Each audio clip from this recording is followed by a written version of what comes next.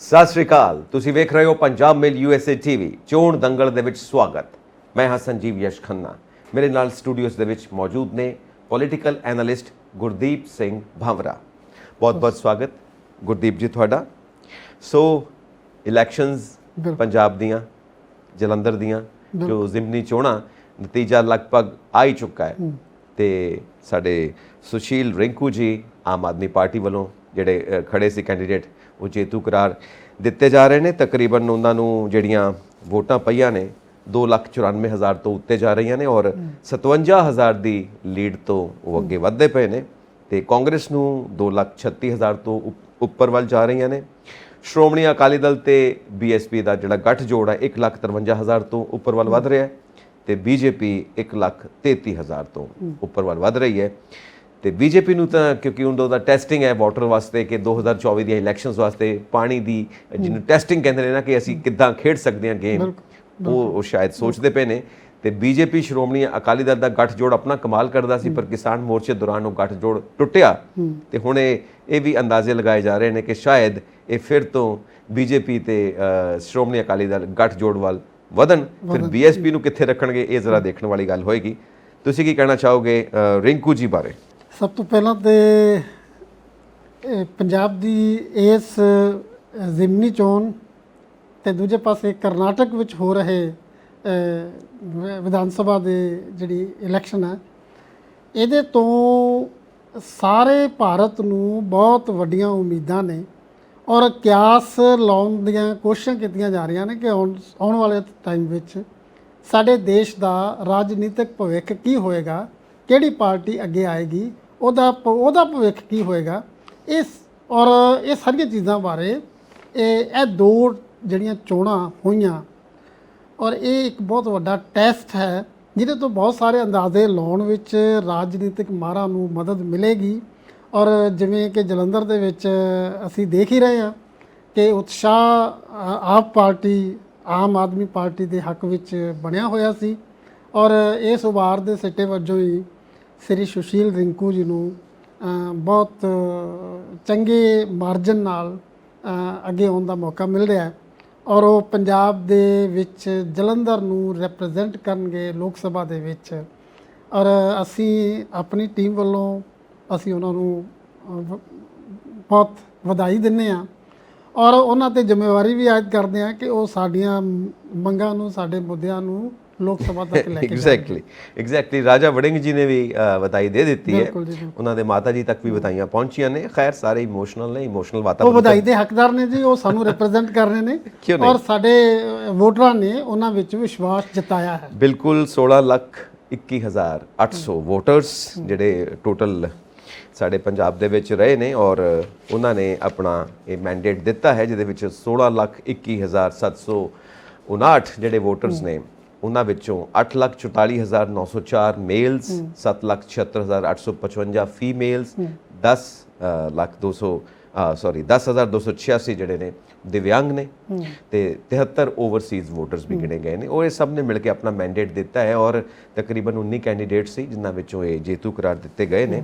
ਸੋ ਇਹ ਸਾਰਾ ਜੋ ਸਾਡੇ ਕੋਲ ਪਹੁੰਚਿਆ ਹੈ ਇਸ ਵਕਤ ਤੱਕ ਸਾਰਾ ਡਾਟਾ, ਜਿਵੇਂ ਆਮ ਆਦਮੀ ਪਾਰਟੀ ਦੇ ਸੁਸ਼ੀਲ ਰਿੰਕੂ ਜੀ, ਕਾਂਗਰਸ ਵੱਲੋਂ ਕਰਮਜੀਤ ਕੌਰ ਜੀ ਸੀਗੇ ਜੋ ਚੌਧਰੀ ਸੰਤੋਖ ਸਿੰਘ ਜੀ ਦੇ ਘਰੋਂ ਹੀ ਨੇ ਕਿਉਂਕਿ ਚੌਧਰੀ ਸੰਤੋਖ ਸਿੰਘ ਜੀ ਜੋ ਅਕਾਲ ਚਲਾਣਾ ਹੋਣ ਤੋਂ ਬਾਅਦ, ਅਕਾਲ ਮ੍ਰਿਤਿੂ ਤੋਂ ਬਾਅਦ ਉਸ ਦੀ ਸੀਟ ਖਾਲੀ ਰਹਿ ਗਈ ਸੀ ਤੇ ਇਹ ਜ਼ਰੂਰੀ ਸੀ ਕਿ ਲੋਕ ਸਭਾ ਦੀ ਇਹ ਇਲੈਕਸ਼ਨ ਜ਼ਰੂਰੀ ਸੀ ਤੇ ਭਾਰਤ ਜੋੜੋ ਯਾਤਰਾ ਦੇ ਦੌਰਾਨ ਹੀ ਰਾਹੁਲ ਗਾਂਧੀ ਨੇ ਇਹਨਾਂ ਨੂੰ ਨੋਮੀਨੇਟ ਕਰ ਦਿੱਤਾ ਸੀ ਪਰ ਉਹ ਚੀਜ਼ ਨਹੀਂ ਆ ਸਕੀ। ਉਹ ਆਪਾਂ ਸਾਰੀ ਡਿਸਕਸ ਕਰਾਂਗੇ। ਤੇ BJP ਵੱਲੋਂ ਇੰਦਰ ਇਕਬਾਲ ਅਟਵਾਲ ਜੋ ਸ਼੍ਰੋਮਣੀ ਅਕਾਲੀ ਦਲ ਵੱਲੋਂ ਆਏ ਨੇ, ਉਹਨਾਂ ਦੇ ਪਿਤਾ ਜੀ ਵੀ ਫਾਰਮਰ ਵਿਧਾਨ ਸਭਾ ਦੇ ਸਪੀਕਰ, ਬਿਲਕੁਲ ਉਹ ਨਵਾਂ ਚਿਹਰਾ ਸੀ ਚਰਨਜੀਤ ਅਟਵਾਲ ਜੀ। ਸੋ ਉਹ ਵੀ BJP ਜੁਆਇਨ ਕਰ ਗਏ। ਸੋ ਸ਼੍ਰੋਮਣੀ ਅਕਾਲੀ ਦਲ ਔਰ BSP ਦਾ ਜੋ ਹੈ ਸੁਖਵਿੰਦਰ ਸੁੱਖੀ ਜੀ, ਉਹ ਵੀ ਡਾਕਟਰ ਨੇ ਬਾਏ ਪ੍ਰੋਫੈਸ਼ਨ, ਉਹ ਵੀ ਚੰਗੀ ਪਰਫਾਰਮੈਂਸ ਰਹੀ ਔਰ ਉਹਨਾਂ ਨੇ ਖਾਸ ਤੌਰ ਤੇ ਇਸ ਗੱਲ ਦੇ ਉੱਤੇ ਜ਼ੋਰ ਦਿੱਤਾ ਸੀ ਔਰ ਇਲੈਕਸ਼ਨ ਕਮਿਸ਼ਨ ਨੂੰ ਵੀ ਕਿਹਾ ਸੀਗਾ ਕਿ ਇਹ ਜਿਹੜਾ ਵੰਡ ਕੇ ਰਾਜਨੀਤੀ ਕੀਤੀ ਜਾਂਦੀ ਹੈ ਨਾ, ਇਸ ਤੋਂ ਗੁਰੇਜ਼ ਕੀਤਾ ਜਾਵੇ। ਖਾਸ ਕਰਕੇ ਤੁਸੀਂ ਸਾਰੇ ਵੋਟਰਸ ਨੂੰ ਵੀ ਕਹੋ ਔਰ ਸਾਰੇ ਕੈਂਡੀਡੇਟਸ ਨੂੰ ਵੀ ਕਹੋ ਕਿ ਇਹ ਜਿਹੜਾ ਵੰਡ ਕੇ ਲੋਕਾਂ ਨੂੰ ਤੁਸੀਂ ਖੇਡਦੇ ਹੋ ਨਾ, ਇਹ ਇਲੈਕਸ਼ਨ ਦਾ ਰਿਜ਼ਲਟ ਕੁਝ ਵੀ ਹੋਵੇ ਪਰ ਇਹ ਜ਼ਹਿਰ ਜਿਹੜੀ ਫੈਲ ਜਾਂਦੀ ਹੈ ਸਮਾਜ ਦੇ ਵਿੱਚ, ਇਹ ਤੋਂ ਗੁਰੇਜ਼ ਕਰਨਾ ਚਾਹੀਦਾ। ਸੋ ਆਪਾਂ ਸੁਸ਼ੀਲ ਦੀ ਤੇ ਆਉਂਦੇ ਹਾਂ। ਸੁਸ਼ੀਲ ਜੀ ਜਿੱਤੇ ਬਿਲਕੁਲ ਸੁਸ਼ੀਲ ਜੀ ਜਿੱਤੇ ਪਹਿਲਾਂ ਕਾਂਗਰਸ ਤੋਂ ਜੰਪ ਕਰਕੇ ਆ ਗਏ ਆਮ ਆਦਮੀ ਪਾਰਟੀ ਦੇ ਵਿੱਚ। ਪਾਰਟੀ 'ਚ। ਸੋ ਕੀ ਰੀਜ਼ਨਸ ਹੋ ਸਕਦੇ ਨੇ ਉਹਨਾਂ ਦੇ ਜਿੱਤਣ ਦੇ? ਔਰ ਕਿਉਂਕਿ ਸਭ ਨੂੰ ਇਹ ਸੀਗਾ ਕਿ ਕਾਂਗਰਸ ਜਿੱਤੇਗੀ, ਕਿਉਂਕਿ ਕਾਂਗਰਸ ਟ੍ਰੈਡੀਸ਼ਨਲ ਇਸ ਇਲਾਕੇ ਤੋਂ ਜੇਤੂ ਰਹੀ ਹੈ ਹਮੇਸ਼ਾ, ਔਰ ਚੌਧਰੀ ਸੰਤੋਖ ਸਿੰਘ ਜੀ ਦੀ ਬਹੁਤ ਬਣੀ ਬਣਾਈ ਇੱਜ਼ਤ, ਬਹੁਤ ਕੰਮ ਕੀਤੇ, ਫਿਰ ਵੀ ਉਹ ਸਿੰਪਥੀ ਕੰਮ ਨਹੀਂ ਆਈ। ਉਹਨਾਂ ਦੀ ਡੈਥ ਤੋਂ ਬਾਅਦ ਉਹਨਾਂ ਦੇ ਜੋ ਘਰੋਂ ਨੇ ਪਤਨੀ ਜੀ ਉਹਨਾਂ ਦੇ ਕਰਮਜੀਤ ਕੌਰ ਜੀ, ਖਾਸ ਕਰਕੇ ਉਹ ਟੀਚਿੰਗ ਪ੍ਰੋਫੈਸ਼ਨ ਤੋਂ ਨੇ, ਫਿਰ ਵੀ ਉਹ ਜਾਦੂ ਨਹੀਂ ਹੋਇਆ। ਕਿਉਂ ਰਿੰਕੂ ਜਿੱਤ ਗਏ ਨੇ? ਸੁਸ਼ੀਲ ਜੀ ਦਾ ਕੀ ਕਾਰਨ ਹੋ ਸਕਦੇ ਆ? ਮੇਰਾ ਇਸ ਬਾਰੇ ਜਿਹੜਾ ਸੋਚਣਾ ਕੁਝ ਇਸ ਤਰ੍ਹਾਂ ਹੈ ਕਿ ਜਲੰਧਰ ਦੀ ਅਗਰ ਚੋਣ ਦੇ ਨਤੀਜੇ ਜਿਹੜੇ ਆ ਰਹੇ ਨੇ, ਰੁਝਾਨ ਇਹਨਾਂ ਨੂੰ ਜਦੋਂ ਅਸੀਂ ਵਿਸ਼ਲੇਸ਼ਣ ਕਰਾਂਗੇ ਬਾਅਦ ਵਿੱਚ, ਇਹਦੇ ਤੋਂ ਬਹੁਤ ਸਾਰਾ ਕੁਝ ਸਿੱਖਣ ਨੂੰ ਮਿਲੇਗਾ। ਲੋਕ ਸਭਾ ਦੀਆਂ ਚੋਣਾਂ ਵਿੱਚ ਆਮ ਤੌਰ ਤੇ ਸਮਝਿਆ ਜਾਂਦਾ ਸੀ ਕਿ ਵੀ ਉਹ ਰਾਜਨੀਤਿਕ ਪਾਰਟੀਆਂ ਨੂੰ ਵੋਟ ਪਾਉਂਦੇ ਨੇ, ਪਾਰਟੀਆਂ ਦੀ ਸੋਚ ਨੂੰ, ਪਾਰਟੀਆਂ ਦੇ ਮੈਨੀਫੈਸਟੋ ਨੂੰ ਵੋਟ ਪਾਉਂਦੇ ਨੇ। ਪਰ ਜਿਹੜਾ ਰੁਝਾਨ ਇੱਥੇ ਦੇਖਣ 'ਚ ਮਿਲ ਰਿਹਾ ਹੈ, ਜਿਹਦੇ ਕਰਕੇ ਸੁਸ਼ੀਲ ਰਿੰਕੂ ਜੀ ਨੂੰ ਜਿੱਤ ਪ੍ਰਾਪਤ ਹੋਈ ਹੈ, ਉਹ ਸਾਡੇ ਵਿਚਾਰ ਵਿੱਚ ਇਹ ਹੈ ਕਿ ਸੁਸ਼ੀਲ ਰਿੰਕੂ ਜੀ ਦਾ ਆਪਣਾ ਇਲਾਕਾ ਹੈ। ਪਹਿਲਾਂ ਉਹਨਾਂ ਨੇ ਕਾਂਗਰਸ ਦੇ ਨਾਲ ਖੜੇ ਹੋ ਕੇ ਕਾਂਗਰਸ ਵੱਲੋਂ ਲੋਕਾਂ ਵਿੱਚ ਕੰਮ ਕੀਤੇ। ਜਿਹੜੇ ਕੰਮ ਕੀਤੇ, ਜਿਵੇਂ ਉਹ ਲੋਕਾਂ ਵਿੱਚ ਜਿਹੜਾ ਉਹਨਾਂ ਦਾ ਬੇਸ ਬਣਿਆ ਹੋਇਆ ਸੀ, ਉਸ ਬੇਸ ਨੇ ਹੀ ਉਹਨਾਂ ਨੂੰ ਇਸ ਚੋਣ ਵਿੱਚ ਅੱਗੇ ਲਿਆਂਦਾ ਹੈ ਔਰ ਉਹ ਕੰਮ ਕਰ ਗਿਆ। ਉਹਨਾਂ ਦੀ ਜਿਹੜੀ ਰਾਜਨੀਤਿਕ ਸੋਚ ਤੇ ਇੱਕ ਪਾਸੇ, ਲੇਕਿਨ ਜਿਹੜੀ ਉਹਨਾਂ ਦੀ ਨਿੱਜੀ ਤੌਰ ਤੇ ਇੰਡੀਵਿਜੂਅਲੀ ਜਿਹੜਾ ਉਹਨਾਂ ਦਾ ਕੰਮ ਕੀਤਾ ਹੈ, ਜਿਸ ਤਰ੍ਹਾਂ ਅਸੀਂ ਕਹਿੰਦੇ ਹਾਂ ਕਿ ਉਹਨਾਂ ਦਾ ਕੰਮ ਬੋਲਦਾ ਹੈ ਜਾਂ ਉਹਨਾਂ ਦਾ ਵੋਟਰਾਂ ਦੇ ਨਾਲ ਜਿਹੜਾ ਸੰਬੰਧ ਹੈ ਉਹ ਬੋਲਦਾ ਹੈ, ਉਹ ਇਹਦੇ ਵਿੱਚ ਪ੍ਰਤੱਖ ਨਜ਼ਰ ਆਉਂਦਾ ਹੈ। ਤੇ ਮੇਰਾ ਤਾਂ ਖਿਆਲ ਹੈ ਕਿ ਇਹ ਉਹਨਾਂ ਦੇ ਹੱਕ ਵਿੱਚ ਜਾਂਦਾ ਹੈ। ਇਸੇ ਕਰਕੇ ਹੀ ਸੁਸ਼ੀਲ ਰਿੰਕੂ ਜੀ ਨੂੰ ਚੰਗੇ ਬਹੁਮਤ ਨਾਲ ਅੱਗੇ ਆਉਣ ਦਾ ਮੌਕਾ ਮਿਲ ਰਿਹਾ।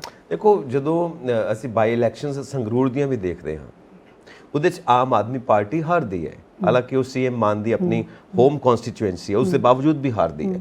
ਤੇ ਉੱਥੋਂ ਲੱਗਦਾ ਸੀਗਾ ਕਿ ਲੋਕਾਂ ਦਾ ਵਿਸ਼ਵਾਸ ਨਹੀਂ ਰਿਹਾ ਹੁਣ ਆਮ ਆਦਮੀ ਪਾਰਟੀ ਦੇ ਵਿੱਚ, ਕਿਉਂਕਿ ਬੇਸਿਕਲੀ ਪਾਲਿਸੀਜ਼ ਦੇ ਬੇਸ ਦੇ ਉੱਤੇ, ਪਰਫਾਰਮੈਂਸ ਦੇ ਬੇਸ ਦੇ ਉੱਤੇ ਹੀ ਉਹਨਾਂ ਨੇ ਵੋਟਿੰਗ ਲੈਣੀ ਹੈ।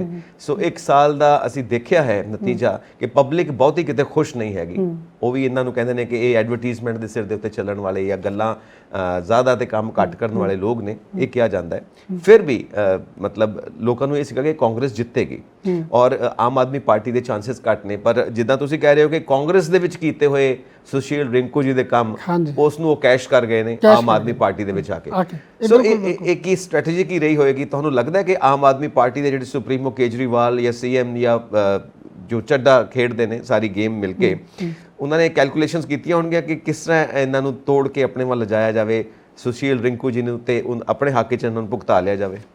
ਜੇ ਕੀਤੀਆਂ ਹੋਣਗੀਆਂ ਤਾਂ ਬਹੁਤ ਚੰਗੀ ਗੱਲ ਹੈ, ਲੇਕਿਨ ਜੇ ਨਹੀਂ ਕੀਤੀਆਂ ਤਾਂ ਵੀ ਉਹਨਾਂ ਨੂੰ ਹੁਣ ਆਉਣ ਵਾਲੇ ਟਾਈਮ ਵਿੱਚ ਮੌਕਾ ਮਿਲੂਗਾ ਕਿ ਉਹ ਕਿਸੇ ਕੈਂਡੀਡੇਟ ਦੀ ਪਰਖ ਇਹਨਾਂ ਮਾਪਦੰਡਾਂ ਤੇ ਵੀ ਕਰਨ। ਇਹ ਠੀਕ ਗੱਲ ਹੈ ਕਿ ਆਮ ਆਦਮੀ ਪਾਰਟੀ ਨੂੰ ਪੰਜਾਬ ਦੇ ਵਿੱਚ ਸਰਕਾਰ ਬਣਾਇਆ ਹਾਲੇ ਬਹੁਤਾ ਚਿਰ ਨਹੀਂ ਹੋਇਆ, ਉਹਨਾਂ ਦਾ ਪਹਿਲਾ ਸਾਲ ਹੀ ਚੱਲ ਰਿਹਾ ਹੈ ਔਰ ਇੱਕ ਸਾਲ ਦਾ ਟਾਈਮ ਕੋਈ ਬਹੁਤ ਜ਼ਿਆਦਾ ਟਾਈਮ ਨਹੀਂ ਹੁੰਦਾ ਰਾਜਨੀਤੀ ਦੇ ਖੇਤਰ ਵਿੱਚ। ਜਦੋਂ ਕਿ ਪੰਜਾਬ ਦੇ ਵਿੱਚ ਬਹੁਤ ਸਾਰੇ ਮੁੱਦੇ ਨੇ ਜੀ, ਬਹੁਤ ਸਾਰੇ ਮਸਲੇ ਨੇ ਜਿਹੜੇ ਐਡਰੈਸ ਹੋਣੇ ਚਾਹੀਦੇ ਨੇ ਔਰ ਲੋਕਾਂ ਨੂੰ ਉਹਨਾਂ ਮਸਲਿਆਂ ਨਾਲ ਜੋੜਨਾ, ਲੋਕਾਂ ਨੂੰ ਇਕੱਠੇ ਕਰਕੇ ਲੈ ਕੇ ਚੱਲਣਾ, ਔਰ ਇਹ ਇੱਕ ਚੰਗੇ ਰਾਜਨੇਤਾ ਦਾ ਕੰਮ ਹੋ ਸਕਦਾ ਹੈ। ਔਰ ਪੰਜਾਬ ਇਸ ਗੱਲ 'ਚ ਬਹੁਤ ਪਿੱਛੇ ਹੈ, ਲੇਕਿਨ ਬਾਵਜੂਦ ਇਸ ਗੱਲ ਦੇ ਕਿ ਇੱਕ ਸਾਲ ਦੇ ਕੰਮ ਤੋਂ ਲੋਕ ਖੁਸ਼ ਨਹੀਂ ਸਨ, ਜਿਹਾ ਕਿ ਅਸੀਂ ਸੰਗਰੂਰ ਦੀ ਇਲੈਕਸ਼ਨ ਵਿੱਚ ਦੇਖਦੇ ਹਾਂ ਕਿ ਸੰਗਰੂਰ ਦੀ ਇਲੈਕਸ਼ਨ ਜਿਹੜੀ ਹੈ ਉਹ ਆਮ ਆਦਮੀ ਪਾਰਟੀ ਦੇ ਹੱਕ ਵਿੱਚ ਬਿਲਕੁਲ ਨਹੀਂ ਭੁਗਤੀ। ਹਾਲਾਂਕਿ ਉਹ ਭਗਵੰਤ ਮਾਨ ਜੀ ਦਾ ਆਪਣਾ ਇਲਾਕਾ ਸੀ, ਆਪਣਾ ਗੜ੍ਹ ਸੀ, ਇਹਦੇ ਬਾਵਜੂਦ ਵੀ ਉਹਨਾਂ ਨੂੰ ਉੱਥੇ ਹਾਰ ਦਾ ਸਾਹਮਣਾ ਕਰਨਾ ਪਿਆ। ਉਹਦੇ ਮੁਕਾਬਲੇ ਤੇ ਜਲੰਧਰ ਦੇ ਵਿੱਚ ਇਸ ਗੱਲ ਨੇ ਕੋਈ ਬਹੁਤਾ ਪ੍ਰਭਾਵ ਨਹੀਂ ਪਾਇਆ ਤੇ ਆਮ ਆਦਮੀ ਪਾਰਟੀ ਨੂੰ ਅੱਗੇ ਆਉਣ ਦਾ ਮੌਕਾ ਮਿਲਿਆ ਔਰ ਉਹਨਾਂ ਨੇ ਇਹ ਸੀਟ ਜਿੱਤੀ ਹੈ। ਆਮ ਆਦਮੀ ਪਾਰਟੀ ਵਾਸਤੇ ਅਸੀਂ ਵਧਾਈ ਦਿੰਦੇ ਹਾਂ ਔਰ ਉਮੀਦ ਕਰਦੇ ਹਾਂ ਕਿ ਹੁਣ ਉਹ ਆਪਣੀ ਜ਼ਿੰਮੇਵਾਰੀ ਚੰਗੀ ਤਰ੍ਹਾਂ ਸਮਝਣਗੇ ਕਿ ਆਉਣ ਵਾਲੇ ਟਾਈਮ ਵਿੱਚ ਇਸ ਨੂੰ ਕਿਸ ਤਰ੍ਹਾਂ ਨਿਭਾਉਣਾ। ਤੁਹਾਨੂੰ ਇਹ ਨਹੀਂ ਲੱਗਦਾ ਕਿ ਇਹ ਸੀਟ ਸੁਸ਼ੀਲ ਰਿੰਕੂ ਨੇ ਜਿੱਤੀ ਹੈ, ਆਮ ਆਦਮੀ ਪਾਰਟੀ ਨੇ ਨਹੀਂ ਜਿੱਤੀ? ਇਹ ਸੁਸ਼ੀਲ ਰਿੰਕੂ ਰਹਿੰਦੇ ਕਾਂਗਰਸ ਦੇ ਵਿੱਚ ਨਾ ਸ਼ਫਲ ਕਰਕੇ ਉੱਧਰ ਜਾਂਦੇ ਤੇ ਕਰਮਜੀਤ ਕੌਰ ਜੀ ਦੀ ਬਜਾਏ ਸੁਸ਼ੀਲ ਰਿੰਕੂ ਨੂੰ ਕਾਂਗਰਸ ਆਪਣੀ ਸੀਟ ਦੇ ਉੱਤੇ ਖੜੇ ਕਰਦੀ, ਚੌਧਰੀ ਸੰਤੋਖ ਸਿੰਘ ਜੀ ਦੀ ਡੈਥ ਤੋਂ ਬਾਅਦ, ਤਾਂ ਤੁਹਾਨੂੰ ਨਹੀਂ ਲੱਗਦਾ ਕਿ ਇੱਥੇ ਰਿੰਕੂ ਜਿੱਤਦੇ ਤੇ ਅੱਜ ਇਹ ਸੀਟ ਕਾਂਗਰਸ ਦੇ ਝੋਲੀ ਵਿੱਚ ਹੁੰਦੀ? ਹਾਂ, ਬਿਲਕੁਲ ਬਿਲਕੁਲ ਬਿਲਕੁਲ ਹੋ ਸਕਦਾ। ਇਹਦੇ ਵਿੱਚ ਕੋਈ ਦੋ ਰਾਵਾਂ ਨਹੀਂ। ਇੱਥੇ ਮਿਸਕੈਲਕੂਲੇਸ਼ਨ ਜਿਹੜੀ ਹੋਈ ਹੈ ਉਹ ਕਿਸੇ ਹੱਦ ਤੱਕ ਕਾਂਗਰਸ ਸਰਕਾਰ, ਕਾਂਗਰਸ ਪਾਰਟੀ ਦੇ ਜਿਹੜੇ ਰਾਜਨੇਤਾ ਨੇ, ਜਿਹੜੇ ਆਗੂ ਨੇ, ਉਹਨਾਂ ਤੋਂ ਹੋਈ ਹੈ। ਔਰ ਇਹੀ ਕਾਰਨ ਹੈ ਕਿ ਰਿੰਕੂ ਜੀ ਦਾ, ਜਾਂ ਸੁਸ਼ੀਲ ਰਿੰਕੂ ਜੀ ਦਾ ਜਿਹੜਾ ਉਹਨਾਂ ਦਾ ਆਪਣਾ ਕੀਤਾ ਹੋਇਆ ਕੰਮ ਹੈ, ਉਹ ਉਹਨਾਂ ਨੂੰ ਕ੍ਰੈਡਿਟ ਦੇ ਗਿਆ ਔਰ ਉਹ ਉਹਨਾਂ ਦੇ ਹੱਕ 'ਚ ਭੁਗਤਿਆ ਤੇ ਇਹ ਸੀਟ ਆਮ ਆਦਮੀ ਪਾਰਟੀ ਨੂੰ ਮਿਲੀ ਹੈ। ਐਕਚੁਅਲੀ ਇਹ ਜਿੱਤੀ ਰਿੰਕੂ ਜੀ ਨਹੀਂ ਹੈ। ਹਾਂ, ਇਹ ਸੀਟ ਰਿੰਕੂ ਜੀ ਨੇ ਜਿੱਤੀ ਇਸ ਹੈ। ਵਿੱਚ ਕੋਈ ਸ਼ੱਕ ਨਹੀਂ। ਸੋ ਇੱਕ ਚੀਜ਼ ਇਹ ਦੇਖਣ ਨੂੰ ਮਿਲਦੀ ਹੈ ਕਿ ਜਿੱਦਾਂ ਸਭ ਦੇ ਮਨ 'ਚ ਸੀਗਾ ਕਿ ਚੌਧਰੀ ਸੰਤੋਖ ਸਿੰਘ ਜੀ ਦੀ ਡੈਥ ਤੋਂ ਬਾਅਦ ਇੱਕ ਸਿੰਪਥੀ ਹੋਏਗੀ, ਸਭ ਨੂੰ ਇਮੋਸ਼ਨਲੀ ਇਹ ਸੀਟ ਕਾਂਗਰਸ ਨੂੰ ਦੇਣਗੇ ਵੋਟਰਸ, ਕਰਮਜੀਤ ਕੌਰ ਜੀ ਦੇ ਹੱਕ ਵਿੱਚ ਭੁਗਤਣਗੇ ਵੋਟਰਸ। ਔਰ ਉਹਨਾਂ ਦੀ ਬੈਕਗ੍ਰਾਉਂਡ ਵੀ ਹੈ ਕਿ ਉਹ ਟੀਚਰ ਨੇ, ਟੀਚਿੰਗ ਲਾਈਨ ਤੋਂ ਨੇ, ਔਰ ਨਾਲ ਚੌਧਰੀ ਸੰਤੋਖ ਸਿੰਘ ਜੀ ਨੇ ਵੀ ਬੜੇ ਕੰਮ ਕੀਤੇ ਨੇ, ਬੜੀ ਇੱਜ਼ਤ ਕਮਾਈ ਹੈ। ਕੀ ਕਾਰਨ ਹੋ ਸਕਦਾ ਹੈ ਕਿ ਸਿੰਪਥੀ ਨਹੀਂ ਇੱਧਰ ਆਈ? ਇਹ 'ਚ ਪ੍ਰਚਾਰ ਦੀ ਘਾਟ ਵੀ ਹੋ ਸਕਦੀ ਹੈ, ਕਿਉਂਕਿ ਉਹ ਆਪਣੀ ਗੱਲ ਲੈ ਕੇ ਲੋਕਾਂ ਤੱਕ ਨਹੀਂ ਜਾ ਸਕੇ ਜਾਂ ਆਮ ਨਹੀਂ ਪਹੁੰਚ ਸਕੇ, ਇਹ ਵੀ ਕਾਰਨ ਹੋ ਸਕਦਾ। ਪਰ ਜੋ ਵੀ ਕੁਝ ਹੋਵੇ, ਇਹ ਕਾਰਨ ਤਾਂ ਹੁਣ ਬਾਅਦ ਜਿਹੜੇ ਰਾਜਨੀਤੀ ਦੇ ਵਿਸ਼ਲੇਸ਼ਣ ਕਰਨ ਵਾਲੇ ਨੇ ਉਹ ਕਰਨਗੇ ਔਰ ਕੋਸ਼ਿਸ਼ ਇਹਦੇ ਵਿੱਚੋਂ ਕੀ ਉਹ ਸਿੱਟੇ ਕੱਢਦੇ ਨੇ ਬਾਅਦ 'ਚ ਪਤਾ ਲੱਗੇਗਾ। ਪਰ ਫਿਲਹਾਲ ਸਾਨੂੰ ਸੁਸ਼ੀਲ ਰਿੰਕੂ ਜੀ ਨੂੰ ਵਧਾਈ ਦੇਣੀ ਬਣਦੀ ਹੈ। ਬਿਲਕੁਲ ਬਣਦੀ ਹੈ। ਉਹ ਸਾਡੇ ਜਲੰਧਰ ਦੇ ਆਉਣ ਵਾਲੇ ਟਾਈਮ ਦੇ ਰੈਪਰੈਜ਼ੈਂਟੇਟਿਵ ਨਹੀਂ ਹੋਣਗੇ, ਇਕੱਲੇ ਰੈਪਰੈਜ਼ੈਂਟੇਟਿਵ ਨਹੀਂ ਹੋਣਗੇ, ਸਗੋਂ ਸਾਡੇ ਨੇਤਾ ਵੀ ਹੋਣਗੇ ਔਰ ਨੇਤਾ ਬਣ ਕੇ ਉਹ ਇੱਕ ਨਵੀਂ ਦਿਸ਼ਾ ਤੇ ਦਸ਼ਾ ਦੇਣਗੇ। ਬਿਲਕੁਲ। ਔਰ ਸਾਨੂੰ ਨਾ ਕਈ ਵਾਰ ਜਦੋਂ ਰਿਪੋਰਟਸ ਮਿਲਦੀਆਂ ਨੇ, ਅਸੀਂ ਪਬਲਿਕ ਦੇ ਵਿੱਚ ਵਿਚਰਦੇ ਹਾਂ, ਜਾ ਕੇ ਉਹਨਾਂ ਨਾਲ ਗੱਲਬਾਤ ਕਰਦੇ ਹਾਂ, ਸੋ ਕਈ ਵਾਰ ਇਹ ਗੱਲਾਂ ਸੁਣਨ ਨੂੰ ਮਿਲੀਆਂ, ਸੁਸ਼ੀਲ ਰਿੰਕੂ ਜੀ ਨੇ ਰਿਸਕ ਲੈ ਲਿਆ, ਸੁਸ਼ੀਲ ਰਿੰਕੂ ਜੀ ਨੇ ਆਪਣਾ ਪੋਲੀਟੀਕਲ ਕੈਰੀਅਰ ਖਤਮ ਕਰ ਲਿਆ ਹੈ, ਆਪਣੇ ਹੱਥੀਂ ਆਪਣੇ ਪੈਰਾਂ ਤੇ ਕੁਹਾੜਾ ਮਾਰ ਲਿਆ ਹੈ, ਇਹ ਕਿੱਧਰ ਤੁਰ ਪਏ ਨੇ? ਇੰਨੀ ਦੇਰ ਤੋਂ ਉਹ ਸਾਰੀ ਬਣੀ ਬਣਾਈ ਇੱਜ਼ਤ ਕਾਂਗਰਸ ਦੇ ਨਾਲ ਜੁੜੇ ਹੋਏ, ਇਹ ਜੰਪ ਕਰਕੇ ਉੱਧਰ ਚਲੇ ਗਏ ਨੇ। ਕੋਈ ਲਾਲਚ ਦਿਖਾਇਆ ਹੋਏਗਾ ਆਮ ਆਦਮੀ ਪਾਰਟੀ ਨੇ, ਕਿਉਂਕਿ ਮਾਨ ਸਾਹਿਬ ਵੀ ਕਹਿੰਦੇ ਰਹੇ ਨੇ ਕਿ ਸਾਡੇ ਨਾਲ ਹੋਰ ਪਾਰਟੀਆਂ ਦੇ ਲੋਕ ਵੀ ਜੁੜ ਰਹੇ ਨੇ, ਤਾਂ ਉਹਨਾਂ ਨੇ ਕਿਹਾ ਕਿ ਖਰੀਦੋ ਫਰੋਖਤ ਦੀ ਵੀ ਗੱਲ ਹੁੰਦੀ ਸੀ, ਕਿਉਂਕਿ ਹਾਰਸ ਟ੍ਰੇਡਿੰਗ ਦੀ ਗੱਲ ਹੁੰਦੀ। ਕਈ ਵਾਰ ਉਹਨਾਂ ਨੂੰ ਕੋਈ ਕੌੜੇ ਸਵਾਲ ਵੀ ਪੁੱਛੇ ਗਏ ਕਿ ਸੁਸ਼ੀਲ ਰਿੰਕੂ ਜੀ ਨੂੰ ਤੁਸੀਂ ਕਿਵੇਂ ਲੈ ਕੇ ਆਏ, ਉਹਨਾਂ ਨੂੰ ਕਿਹੜਾ ਲਾਲਚ ਦਿੱਤਾ ਆਪਣੇ ਵੱਲ ਲਿਆਉਣ ਵਾਸਤੇ? ਤਾਂ ਠੀਕ ਹੈ, ਰਾਜਨੇਤਾਵਾਂ ਦੇ ਆਪਣੇ ਆਨਸਰ ਹੁੰਦੇ ਨੇ, ਬਟ ਇਹਦੇ ਵਿੱਚ ਆਪਾਂ ਇੱਕ ਸਪਸ਼ਟ ਚੀਜ਼ ਇਹ ਦੇਖਦੇ ਪਏ ਹਾਂ ਕਿ ਇਹ ਸੀਟ ਆਮ ਆਦਮੀ ਪਾਰਟੀ ਨੇ ਨਹੀਂ ਜਿੱਤੀ, ਇਹ ਸੀਟ ਸੁਸ਼ੀਲ ਰਿੰਕੂ ਜੀ ਨੇ ਜਿੱਤੀ ਹੈ। ਉਹਨਾਂ ਦੇ ਕੰਮ ਬੋਲਦੇ ਪਏ ਨੇ ਔਰ ਕਿਸੇ ਕਾਰਨ ਜੋ ਸਿੰਪਥੀ ਦੀ ਵੇਵ ਹੈ ਉਹ ਕਰਮਜੀਤ ਕੌਰ ਜੀ ਵੱਲ ਨਹੀਂ ਚੱਲ ਸਕੀ। ਤਾਂ ਤੁਹਾਨੂੰ ਨਹੀਂ ਲੱਗਦਾ ਇਹ ਸੇਮ ਚੀਜ਼ ਰਿਪੀਟ ਹੋਈ ਹੈ ਕਿ ਜਿਹੜੀ 1 ਸਾਲ ਪਹਿਲਾਂ ਇਲੈਕਸ਼ਨਸ ਹੋਈਆਂ ਸੀ ਪੰਜਾਬ ਦੀਆਂ, ਉਹਦੇ ਵਿੱਚ ਆਮ ਆਦਮੀ ਪਾਰਟੀ ਨੂੰ ਤਾਂ ਸਥਾਪਿਤ ਕੀਤਾ ਪੰਜਾਬ ਦੇ ਲੋਕਾਂ ਨੇ ਇੱਕ ਬਦਲਾਅ ਲਿਆਉਣ ਵਾਸਤੇ, ਕਿਉਂਕਿ ਟ੍ਰੈਡੀਸ਼ਨਲ ਪਾਰਟੀਆਂ ਤੋਂ ਤੰਗ ਆ ਚੁੱਕੀਆਂ ਸੀ, ਇਸ ਕਰਕੇ ਇੱਕ ਵਿਕਲਪ। ਤਾਂ ਤੁਹਾਨੂੰ ਨਹੀਂ ਲੱਗਦਾ ਕਿ ਉੱਥੇ ਵੀ ਆਮ ਆਦਮੀ ਪਾਰਟੀ ਦੀ ਜਿੱਤ ਨਹੀਂ ਸੀ, ਉਹ ਲੋਕਾਂ ਦੀ ਜਿੱਤ ਸੀ, ਕਿਉਂਕਿ ਲੋਕਾਂ ਨੇ ਇੱਕ ਨਵਾਂ ਐਕਸਪੈਰੀਮੈਂਟ ਕੀਤਾ। ਪੰਜਾਬ ਦੇ ਲੋਕ ਨਵਾਂ ਐਕਸਪੈਰੀਮੈਂਟ ਕਰਨ ਲਈ ਜਾਣੇ ਜਾਂਦੇ ਨੇ, ਉਹਨਾਂ ਨੇ ਐਕਸਪੈਰੀਮੈਂਟ ਕੀਤਾ ਔਰ ਆਮ ਆਦਮੀ ਪਾਰਟੀ ਨੂੰ ਸੂਤ ਪੈ ਗਿਆ ਉਹ ਐਕਸਪੈਰੀਮੈਂਟ। 92 ਵਿਧਾਇਕ ਆ ਗਏ ਔਰ ਸੇਮ ਇਹ ਵੀ ਐਕਸਪੈਰੀਮੈਂਟ ਹੈ, ਇਹ ਲੋਕਾਂ ਨੇ ਰਿੰਕੂ ਜੀ ਨੂੰ ਵੋਟ ਦਿੱਤੀ ਹੈ ਤੇ ਆਮ ਆਦਮੀ ਪਾਰਟੀ ਨੂੰ ਸੂਤ ਪੈ ਗਿਆ ਕਿ ਇਹ ਕੈਂਡੀਡੇਟ ਉਹਨਾਂ ਵੱਲ ਆ ਗਿਆ ਤੇ ਉਹ ਆਮ ਆਦਮੀ ਪਾਰਟੀ ਦੀ ਝੋਲੀ 'ਚ ਸੀਟ ਆ ਗਈ। ਕੀ ਸਮਝਦੇ ਹੋ ਇਸ ਚੀਜ਼ ਨੂੰ? ਦੇਖੋ, ਜਦੋਂ ਰਾਜਨੀਤੀ ਵਿੱਚ ਅਨਐਕਸਪੈਕਟਡ ਚੀਜ਼ਾਂ ਵਾਪਰਨ, ਜਿਨ੍ਹਾਂ ਬਾਰੇ ਸੋਚਿਆ ਨਾ ਗਿਆ ਹੋਵੇ, ਜਿਨ੍ਹਾਂ ਬਾਰੇ ਪਹਿਲਾਂ ਕਿਆਸ ਨਾ ਲਗਾਇਆ ਗਿਆ ਹੋਵੇ, ਇਹ ਚੰਗਾ ਰੁਝਾਨ ਹੈ। ਇਹ ਸਮਝ ਲਓ ਕਿ ਕੁਝ ਨਵੀਆਂ ਚੀਜ਼ਾਂ ਸਥਾਪਿਤ ਹੁੰਦੀਆਂ ਨੇ, ਪੁਰਾਣੇ ਟ੍ਰੈਂਡ ਟੁੱਟ ਰਹੇ ਨੇ ਔਰ ਇਹ ਗੱਲ ਸਾਡੀ ਸੋਚ ਦੇ ਵਿਕਾਸ ਦਾ ਸੂਚਕ ਹੈ ਕਿ ਅਸੀਂ ਨਵੇਂ ਢੰਗ ਨਾਲ ਸੋਚਣਾ ਪਸੰਦ ਕਰਦੇ ਹਾਂ ਜਾਂ ਸ਼ੁਰੂ ਕਰ ਦਿੱਤਾ ਹੈ। ਜਿਵੇਂ ਤੁਸੀਂ ਕਿਹਾ ਕਿ ਆਮ ਆਦਮੀ ਪਾਰਟੀ ਨੂੰ ਪੰਜਾਬ ਨੇ ਚੁਣਿਆ ਕਿਉਂਕਿ ਉਹ ਰਵਾਇਤੀ ਪਾਰਟੀਆਂ ਤੋਂ ਅੱਕ ਚੁੱਕੇ ਸੀ ਔਰ ਇਹ ਚਾਹੇ ਬਹੁਤ ਵੱਡਾ ਰਿਸਕ ਸੀ ਜਿਹੜਾ ਪੰਜਾਬ ਨੇ ਲਿਆ ਔਰ ਪੰਜਾਬ ਨੇ ਨੂੰ ਉਹ ਰਿਸਕ ਕਿੱਦਾਂ ਪੇ ਕਰਦਾ ਹੈ, ਕਿੱਦਾਂ ਉਹਨੂੰ ਫਾਇਦਾ ਹੁੰਦਾ ਹੈ, ਇਹ ਆਉਣ ਵਾਲੇ 5 ਸਾਲਾਂ 'ਚ ਪਤਾ ਲੱਗੇਗਾ। ਪਰ ਇੱਥੇ ਸੁਸ਼ੀਲ ਰਿੰਕੂ ਜੀ ਨੇ ਵੀ ਰਿਸਕ ਲਿਆ ਔਰ ਉਹ ਵੱਡਾ ਰਿਸਕ ਸੀ। ਰਾਜਨੀਤਿਕ ਕੈਰੀਅਰ ਉਹਨਾਂ ਨੇ ਦਾਅ 'ਤੇ ਲਾਇਆ। ਇੱਕ ਨਵੀਂ ਪਾਰਟੀ ਵਿੱਚ ਆ ਕੇ ਉਹਨਾਂ ਨੇ ਲੋਕ ਸਭਾ ਦੀ ਚੋਣ ਵਿੱਚ ਉਹ ਖੜੇ ਹੋਏ, ਜਿਹੜੀ ਕਿ ਲੋਕ ਸਭਾ ਦੀ ਚੋਣ ਲੜਨਾ ਕੋਈ ਛੋਟਾ ਕੰਮ ਨਹੀਂ ਹੁੰਦਾ। ਵਿਧਾਨ ਸਭਾ ਦੇ ਹਲਕੇ ਵਿੱਚ ਕੰਮ ਕਰਨਾ ਬੜਾ ਆਸਾਨ ਹੁੰਦਾ ਹੈ, ਪਰ ਲੋਕ ਸਭਾ ਦੇ ਹਲਕੇ ਦੇ ਵਿੱਚ ਕੰਮ ਕਰਨਾ ਬਹੁਤ ਮੁਸ਼ਕਲ ਹੁੰਦਾ, ਕਿਉਂਕਿ ਇਹ ਹਲਕਾ ਬਹੁਤ ਦੂਰ ਦੂਰ ਤੱਕ ਫੈਲਿਆ ਹੁੰਦਾ। ਪਰ ਇਹਦੇ ਬਾਵਜੂਦ ਉਹਨਾਂ ਨੇ ਆਪਣੀ ਪਛਾਣ ਬਣਾਈ ਔਰ ਆਪਣੀ ਪਛਾਣ ਦੇ ਸਿਰ ਤੇ ਸੀਟ ਆਮ ਆਦਮੀ ਪਾਰਟੀ ਨੂੰ ਲੈ ਕੇ ਦਿੱਤੀ। ਇਸ ਕਰਕੇ ਜੀ ਉਹ ਸਾਡੀ ਵਧਾਈ ਦੇ ਹੱਕਦਾਰ। ਬਿਲਕੁਲ ਠੀਕ ਗੱਲ ਹੈ। ਵੈਸੇ ਇਹਦੇ 'ਚ ਕਈ ਚੀਜ਼ਾਂ ਦੇਖਣ ਨੂੰ ਬੜੀਆਂ ਦਿਲਚਸਪ ਨੇ ਕਿ ਇੰਦਰ ਇਕਬਾਲ ਅਟਵਾਲ ਜੋ ਕਿ ਸ਼੍ਰੋਮਣੀ ਅਕਾਲੀ ਦਲ ਤੋਂ ਨੇ, ਬਿਲਕੁਲ ਬਿਲਕੁਲ ਉਹ ਆ ਗਏ ਨੇ ਬੀਜੇਪੀ ਦੇ ਵਿੱਚ। ਬੀਜੇਪੀ ਚ ਆ ਗਏ। ਔਰ ਕਾਂਗਰਸ ਦੇ ਵੀ ਪਹਿਲਾਂ ਕਈ ਟੁੱਟ ਕੇ ਆਏ ਨੇ ਨਾ, ਜਾਖੜ ਸਾਹਿਬ ਆਏ ਨੇ, ਹਾਂਜੀ, ਕੈਪਟਨ ਸਾਹਿਬ, ਹਾਂਜੀ ਹਾਂਜੀ ਹਾਂਜੀ ਉਹ ਵੀ ਕਈ ਆਏ ਨੇ ਬੀਜੇਪੀ ਦੇ ਵਿੱਚ, ਧੁਰੰਧਰ ਜਿਹਨੂੰ ਕਿਹਾ ਜਾਂਦਾ। ਸੋ ਇੱਧਰ ਇੰਦਰ ਇਕਬਾਲ ਅਟਵਾਲ ਜੋ ਸ਼੍ਰੋਮਣੀ ਅਕਾਲੀ ਦਲ ਤੋਂ ਨੇ, ਔਰ ਉਹਨਾਂ ਦੇ ਫਾਦਰ ਸਾਹਿਬ ਵੀ, ਉਹ ਵੀ ਬੀਜੇਪੀ ਨੂੰ ਜੁਆਇਨ ਕਰ ਗਏ। ਇਹ ਵੀ ਚੀਜ਼ ਬੜੀ ਦਿਲਚਸਪ ਹੈ। ਇਹ ਬੀਜੇਪੀ ਦਾ ਜਿਹੜਾ ਟੈਸਟਿੰਗ ਕਰ ਰਹੀ ਹੈ ਵੋਟਰਸ ਦੀ 2024 ਦੀਆਂ ਇਲੈਕਸ਼ਨਸ ਵਾਸਤੇ, ਇਸ ਚੀਜ਼ ਦੀ ਸੱਟ ਲੱਗੀ ਹੋਈ ਹੈ ਨਾ ਕਿ ਬੰਦਾ ਜਿਹੜਾ ਤੁਹਾਨੂੰ ਜੁਆਇਨ ਕਰ ਰਿਹਾ ਉਹ ਸ਼੍ਰੋਮਣੀ ਅਕਾਲੀ ਦਲ ਦੇ ਪਿਛੋਕੜ ਤੋਂ ਹੈ। ਕੀ ਸੋਚਦੇ ਹੋ ਤੁਸੀਂ? ਜਿਵੇਂ ਜਿਵੇਂ ਮੇਰਾ ਇਹ ਸੋਚਣਾ ਕਿ ਜਿਵੇਂ ਜਿਵੇਂ ਇਲੈਕਸ਼ਨਾਂ ਜ਼ਿਆਦਾ ਹੋਣਗੀਆਂ, ਚੋਣਾਂ ਦੀ ਫ੍ਰੀਕੁਐਂਸੀ ਵਧੇਗੀ, ਉਵੇਂ ਉਵੇਂ ਵੋਟਰ ਐਜੂਕੇਟ ਹੁੰਦਾ ਹੈ, ਵੋਟਰ ਨੂੰ ਸਮਝ ਆਉਂਦੀ ਹੈ, ਵੋਟਰ ਸਿਆਣਾ ਹੁੰਦਾ ਜਾਂਦਾ ਹੈ ਜੀ।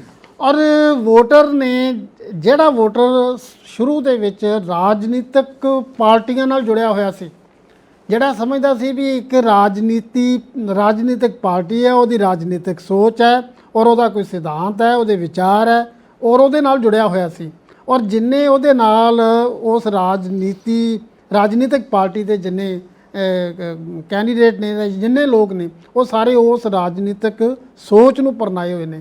ਲੇਕਿਨ ਪਿਛਲੇ ਕੁਝ ਸਾਲਾਂ ਵਿੱਚ ਜਦੋਂ ਅਸੀਂ ਦੇਖ ਰਹੇ ਹਾਂ ਕਿ ਕੈਂਡੀਡੇਟ ਜਾਂ ਲੋਕ ਇੱਕ ਪਾਰਟੀ ਨੂੰ ਛੱਡ ਕੇ ਦੂਸਰੀ ਪਾਰਟੀ ਵਿੱਚ ਜਾਂਦੇ ਨੇ, ਤਾਂ ਵੋਟਰਾਂ ਨੇ ਵੀ ਇਸ ਨੂੰ ਮਾਈਂਡ ਕਰਨਾ ਬੰਦ ਕਰ ਦਿੱਤਾ। ਉਹਨਾਂ ਨੂੰ ਵੀ ਸਮਝ ਆ ਗਈ ਹੈ ਕਿ ਵੀ ਇਹ ਇੱਕ ਤਰੀਕਾ ਹੈ, ਔਰ ਲੋਕ ਇਸ ਗੱਲ ਨੂੰ ਮਾਈਂਡ ਨਹੀਂ ਕਰਦੇ ਕਿ ਕੋਈ ਕੱਲ ਨੂੰ ਅਕਾਲੀ ਦਲ ਪਾਰਟੀ 'ਚ ਸੀਗਾ ਤੇ ਅੱਜ ਬੀਜੇਪੀ 'ਚ ਆ ਗਿਆ, ਅੱਜ ਬੀਜੇਪੀ 'ਚ ਸੀਗਾ ਤੇ ਕੱਲ ਨੂੰ ਉਹ ਅਕਾਲੀ ਦਲ 'ਚ ਜਾਂ ਕਾਂਗਰਸ ਵਿੱਚ ਚਲਾ ਗਿਆ। ਕੈਂਡੀਡੇਟ ਆਉਂਦੇ ਜਾਂਦੇ ਰਹਿੰਦੇ ਨੇ ਲੋਕ ਹੁਣ, ਔਰ ਇਹ ਭਾਵੇਂ ਟ੍ਰੈਂਡ ਚੰਗਾ ਨਹੀਂ ਹੈਗਾ, ਲੋਕ ਕੈਂਡੀਡੇਟਸ ਨਾਲ ਜੁੜਨਾ ਸ਼ੁਰੂ ਹੋ ਗਏ ਨੇ। ਸਾਡਾ ਵੋਟਰ ਕੈਂਡੀਡੇਟਸ ਨਾਲ ਜੁੜਨਾ ਸ਼ੁਰੂ ਹੋ ਗਿਆ, ਉਹਨੇ ਆਪਣੇ ਆਪ ਨੂੰ ਕੈਂਡੀਡੇਟ ਨਾਲ ਆਈਡੈਂਟੀਫਾਈ ਕਰਨਾ ਸ਼ੁਰੂ ਕਰ ਦਿੱਤਾ। ਇਹ ਰੁਝਾਨ ਚੰਗਾ ਨਹੀਂ ਹੈਗਾ। ਸਾਡੀ ਰਾਜਨੀਤਿਕ ਜਿਹੜਾ ਸਿਸਟਮ ਹੈ, ਇਸ ਨੂੰ ਮੁੱਦਿਆਂ ਨਾਲ ਜੁੜਨਾ ਚਾਹੀਦਾ, ਸਾਡੇ ਮਸਲੇ ਨੇ ਉਹਨਾਂ ਨਾਲ ਜੁੜਨਾ ਚਾਹੀਦਾ। ਜਦੋਂ ਕਿ ਰਾਜਨੀਤਿਕ ਵਿਅਕਤੀਆਂ ਤੋਂ ਅਸੀਂ ਸਾਰਾ ਕੁਝ ਐਕਸਪੈਕਟ ਨਹੀਂ ਕਰ ਸਕਦੇ। ਹਾਲੇ ਉਸ ਪੱਧਰ ਦੇ ਰਾਜਨੇਤਾਵਾਂ ਦੀ ਸਾਨੂੰ ਲੋੜ ਹੈ, ਜਿਸ ਪੱਧਰ ਦੇ ਰਾਜਨੇਤਾ ਆ ਕੇ ਸਾਡੇ ਦੇਸ਼ ਦੀ, ਸਾਡੇ ਸੂਬੇ ਦੀ, ਸਾਡੇ ਮੁੱਦਿਆਂ ਦੀ ਅਗਵਾਈ ਕਰ ਸਕਣ ਔਰ ਸਾਨੂੰ ਸਹੀ ਥਾਂ ਤੇ ਲਿਜਾ ਸਕਣ। ਹਾਲੇ ਉਸ ਤਰ੍ਹਾਂ ਦੇ ਰਾਜਨੇਤਾਵਾਂ ਦੀ ਲੋੜ ਹੈ। ਔਰ ਇਹ ਜਿਹੜੇ ਰਾਜਨੇਤਾ ਨੇ, ਦੇਖੋ ਸੰਜੀਵ ਜੀ, ਇੱਕ ਗੱਲ ਤਾਂ ਬੜੀ ਪੱਕੀ ਹੈ ਕਿ ਪੰਜਾਬੀ ਵਿੱਚ ਭਾਈ ਵੀਰ ਸਿੰਘ ਨੇ ਕਿਹਾ ਕਿ ਸੀਨੇ ਖਿੱਚ ਜਿਨ੍ਹਾਂ ਨੇ ਖਾਧੀ ਉਹ ਕਰ ਆਰਾਮ ਨਹੀਂ ਬਹਿੰਦੇ। ਤੇ ਇਹ ਜਿਨ੍ਹਾਂ ਦੇ ਅੰਦਰ ਇਹ ਖਿੱਚ ਹੈਗੀ ਹੈ, ਉਹਨਾਂ ਨੂੰ ਜਦੋਂ ਮੌਕਾ ਮਿਲਦਾ ਹੈ ਉਹ ਉੱਥੇ ਜ਼ਰੂਰ ਜਾਣਾ ਚਾਹੁੰਦੇ ਆ। ਪੋਲਰਾਈਜੇਸ਼ਨ ਇਹ ਹੋ ਰਹੀ ਹੈ ਕਿ ਉਹ ਕੰਮ ਕਰਨ ਵਾਲੇ ਲੋਕ ਇਕੱਠੇ ਹੋ ਰਹੇ ਨੇ। ਕੰਮ ਕਿੱਥੇ ਹੋ ਰਿਹਾ, ਕੰਮ ਕੌਣ ਕਰ ਰਿਹਾ, ਉਹ ਆਪਣੀ ਸੋਚ ਨੂੰ ਇਹਨਾਂ ਮੁੱਦਿਆਂ ਨਾਲ ਜਾਂ ਇਸ ਤਰੀਕੇ ਨਾਲ ਜੋੜ ਰਹੇ ਨੇ। ਇਹ ਪੋਲਰਾਈਜੇਸ਼ਨ ਤਾਂ ਸਾਨੂੰ ਦੇਖਣ 'ਚ ਮਿਲ ਰਹੀ ਹੈ, ਕਰਨਾਟਕ 'ਚ ਵੀ ਦੇਖਣ ਨੂੰ ਮਿਲੀ ਹੈ, ਔਰ ਬਾਕੀ ਸੂਬਿਆਂ 'ਚ ਵੀ, ਤੇ ਪੰਜਾਬ 'ਚ ਵੀ, ਤੇ ਜਲੰਧਰ 'ਚ ਵੀ ਇਹ ਪੋਲਰਾਈਜੇਸ਼ਨ ਹੋ ਰਹੀ ਹੈ। ਔਰ ਇਹਦੇ ਵਿੱਚ ਬਾਬਰਾ ਸਾਹਿਬ ਇੱਕ ਚੀਜ਼ ਆਪਾਂ ਜੋ ਦੇਖਦੇ ਹਾਂ, ਤੁਸੀਂ ਕਿਹਾ ਕਿ ਕੈਂਡੀਡੇਟ ਨਾਲ ਵੀ ਲੋਕ ਜੁੜਨਾ ਪਸੰਦ ਕਰਦੇ ਨੇ, ਵੋਟਰ ਦੀ ਸੋਚ ਚੇਂਜ ਹੁੰਦੀ ਪਈ ਹੈ, ਪਰ ਕਿਤੇ ਨਾ ਕਿਤੇ ਪਾਰਟੀ ਨਾਲ ਵੀ ਜੁੜੇ ਹੋਏ ਲੋਕ ਨੇ।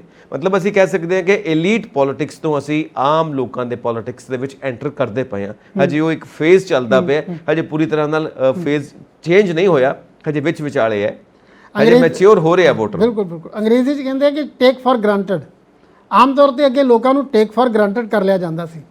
ਐਤਕੀ ਜਿੰਨੇ ਸਰਵੇ ਹੋਏ, ਜੇ ਕੋਈ ਫੋਨ ਮੈਨੂੰ ਆਇਆ ਤਾਂ ਮੈਂ ਉਹਨਾਂ ਨੂੰ ਇਹੋ ਜਵਾਬ ਦਿੱਤਾ ਕਿ ਜੀ, ਜਦ ਸੰਵਿਧਾਨ ਨੇ ਸਾਨੂੰ ਇਹ ਹੱਕ ਦਿੱਤਾ ਹੈ ਕਿ ਅਸੀਂ ਸੀਕ੍ਰੇਟ ਬੈਲਟ ਪੇਪਰ ਨਾਲ ਜਾਂ ਸੀਕ੍ਰੇਟ ਬੈਲਟ ਪੋਲ ਕਰਨੀ ਹੈ, ਤਾਂ ਅਸੀਂ ਤੁਹਾਨੂੰ ਕਿਉਂ ਦੱਸੀਏ ਕਿ ਅਸੀਂ ਵੋਟ ਕਿਹਨੂੰ ਪਾਉਣੀ ਹੈ ਜਾਂ ਕਿਹਨੂੰ ਪਾਵਾਂਗੇ ਜਾਂ ਕਿਹਨੂੰ ਪਾਈ ਹੈ।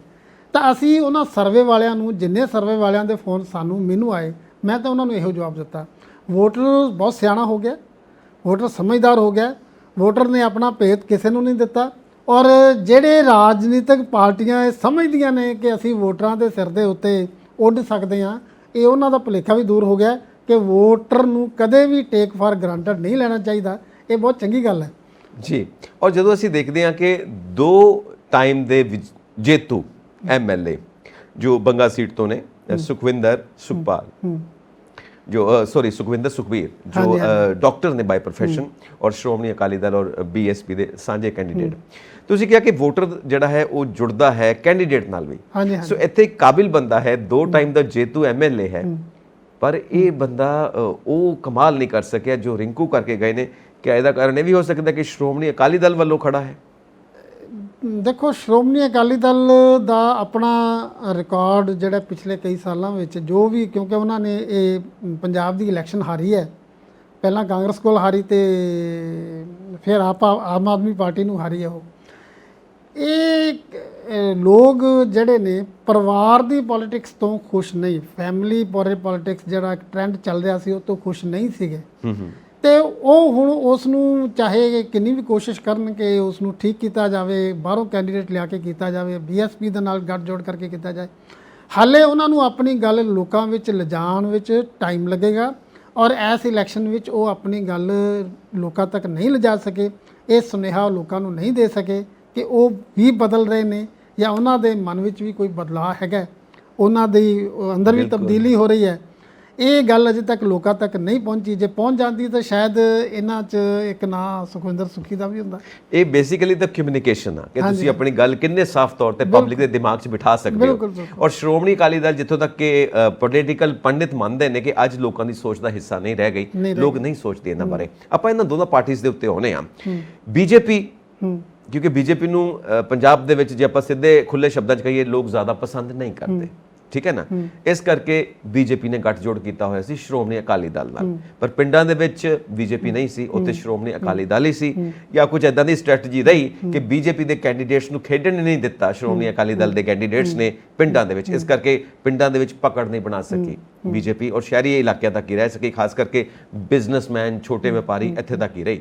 ਔਰ ਜਿਹੜੇ ਵੋਟਰਸ ਆਲਰੇਡੀ ਬੀਜੇਪੀ ਨਾਲ ਜੁੜੇ ਹੋਏ ਨੇ ਬਾਕੀ ਸੂਬਿਆਂ ਦੇ ਵਿੱਚ, ਬਾਕੀ ਦੇਸ਼ ਦੇ ਹੋਰ ਇਲਾਕਿਆਂ ਦੇ ਵਿੱਚ, ਸ਼ਾਇਦ ਉਹ ਇੰਨੀ ਜਲਦੀ ਚੇਂਜ ਨਹੀਂ ਹੋਣ, ਪਰ ਪੰਜਾਬ ਦੇ ਲੋਕਾਂ ਨੂੰ ਮੋਲਡ ਕਰਕੇ, ਮੋੜ ਕੇ ਉਹਨਾਂ ਦੀ ਸੋਚ ਨੂੰ ਬੀਜੇਪੀ ਵੱਲ ਲਿਆਉਣਾ ਇਹ ਥੋੜੀ ਟੇਢੀ ਖੀਰ ਹੈ। ਬੀਜੇਪੀ ਇਹ ਕੋਸ਼ਿਸ਼ ਕਰਦੀ ਪਈ 2024 ਦੀਆਂ ਇਲੈਕਸ਼ਨਸ ਵਾਸਤੇ। ਸੋ ਇੱਧਰ ਆਪਾਂ ਦੇਖਿਆ ਕਿ ਸ਼੍ਰੋਮਣੀ ਅਕਾਲੀ ਦਲ, ਇਹਨਾਂ ਦਾ ਵੀ ਗੱਠਜੋੜ ਪਹਿਲਾਂ ਬੀਜੇਪੀ ਨਾਲ ਰਿਹਾ, ਪਰ ਉਹ ਗੱਠਜੋੜ ਟੁੱਟਾ। ਹੁਣ ਦੋਨੋਂ ਸਾਡੇ ਕੈਂਡੀਡੇਟ ਨੇ ਇੰਦਰ ਇਕਬਾਲ ਅਟਵਾਲ, ਉਹ ਆਏ ਨੇ ਸ਼੍ਰੋਮਣੀ ਅਕਾਲੀ ਦਲ ਤੋਂ, ਜਿਹਦੀ ਸਾਖ ਅੱਜ ਕਮਜ਼ੋਰ ਹੈ ਕਿਉਂਕਿ ਪੋਲੀਟੀਕਲ ਪਾਰਟੀ ਆਪਣੇ ਵੀ ਹਜੇ ਪੱਕੇ ਪੈਰੀ ਨਹੀਂ ਹੈਗੀ ਜੋ ਇਸ ਵਕਤ ਹਾਲਤ ਬਣੇ ਹੋਏ ਨੇ ਵੱਡੇ ਬਾਦਲ ਸਾਹਿਬ ਦੇ ਪੂਰੇ ਹੋਣ ਤੋਂ ਬਾਅਦ। ਸੋ ਬੀਜੇਪੀ ਵੱਲ ਆਉਂਦੇ ਨੇ ਔਰ ਪਿਛੋਕੜ ਹੈ ਸ਼੍ਰੋਮਣੀ ਅਕਾਲੀ ਦਲ ਦਾ, ਤੇ ਅੱਗੇ ਬੀਜੇਪੀ, ਦੋਨੋਂ ਚੀਜ਼ਾਂ ਇੱਕ ਤਰ੍ਹਾਂ ਨਾਲ ਨੈਗੇਟਿਵ ਜਾ ਰਹੀਆਂ ਨੇ ਔਰ ਸ਼੍ਰੋਮਣੀ ਅਕਾਲੀ ਦਲ ਪਹਿਲਾਂ ਹੀ ਨੈਗੇਟਿਵ ਜਾ ਰਿਹਾ ਹੈ ਜੋ ਅਸੀਂ ਦੇਖਦੇ ਪਏ ਹਾਲਾਤ। ਤਾਂ ਤੁਹਾਨੂੰ ਲੱਗਦਾ ਹੈ ਕਿ ਇਹ ਦੋਨੋਂ ਪੋਜ਼ਿਟਿਵ ਹੋਣ ਵਾਸਤੇ ਸ਼੍ਰੋਮਣੀ ਅਕਾਲੀ ਦਲ ਔਰ ਬੀਜੇਪੀ ਮੁੜ ਤੋਂ ਇੱਕ ਮੁੱਠ ਹੋਣਗੇ, ਮੁੜ ਤੋਂ ਜੁੜਨਗੇ, ਗੱਠਜੋੜ ਕਰਨਗੇ 2024 ਦੀਆਂ ਇਲੈਕਸ਼ਨਸ ਨੂੰ ਧਿਆਨ 'ਚ ਰੱਖਦੇ ਹੋਏ? ਜੇ ਆਪਾਂ ਇਸ ਟ੍ਰੈਂਡ ਨੂੰ ਕੁਝ ਇਦਾਂ ਐਨਾਲਾਈਜ਼ ਕਰੀਏ ਕਿ ਬੀਜੇਪੀ, ਭਾਰਤੀ ਜਨਤਾ ਪਾਰਟੀ ਜਿਹਦੀ ਜੜ ਵਿੱਚ ਆਰਐਸਐਸ ਤੇ ਜਨਸੰਘ ਹੈ, ਇਹ ਹੁਣ ਤੱਕ ਹਿੰਦੂ ਪਾਪੂਲੇਸ਼ਨ ਜਿਹੜੀ ਸਾਡੀ ਹੈਗੀ ਹੈ ਉਹਨੂੰ ਰਿਪਰੈਜ਼ੈਂਟ ਕਰਦੀ ਸੀ ਜੀ। ਔਰ ਇਸ ਤਰ੍ਹਾਂ ਕਹਿ ਲਓ ਕਿ ਇਹ ਇੱਕ ਧਰਮ ਦੀ ਰਾਜਨੀਤੀ ਕਰਦੀ ਸੀ। ਔਰ ਕੇਂਦਰ 'ਚ ਵੀ ਇਹਨਾਂ ਨੇ ਜੋ ਕੁਝ ਕੀਤਾ ਧਰਮ ਦੇ ਨਾਂ ਤੇ ਹੀ, ਹਿੰਦੂ ਧਰਮ ਦੇ ਨਾਂ ਤੇ ਇਹਨਾਂ ਨੇ ਸਾਰਾ ਕੁਝ ਕੀਤਾ ਹੈ, ਅੱਗੇ ਆਉਣ ਦੀ ਕੋਸ਼ਿਸ਼ ਕੀਤੀ ਹੈ।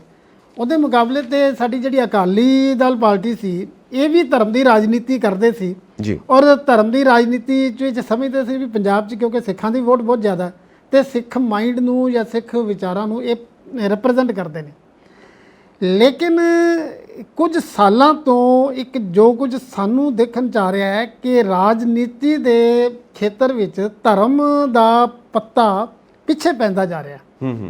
ਔਰ ਇਹ ਗੱਲ ਹੁਣ ਅਸੀਂ ਬੀਜੇਪੀ ਦਾ ਜਿਹੜਾ ਜੋ ਤਸਵੀਰ ਬਣ ਰਹੀ ਹੈ ਜਾਂ ਜੋ ਅਕਾਲੀ ਦਲ ਦੀ ਵੀ ਤਸਵੀਰ ਬਣ ਰਹੀ ਹੈ, ਉੱਥੋਂ ਇਹ ਗੱਲ ਸਾਫ਼ ਹੁੰਦੀ ਜਾਂਦੀ ਹੈ ਕਿ ਇਹਨਾਂ ਦਾ ਧਰਮ ਵਾਲਾ ਜਿਹੜਾ ਪਾਸਾ ਹੈਗਾ ਉਹ ਪਿੱਛੇ ਰਹਿ ਗਿਆ।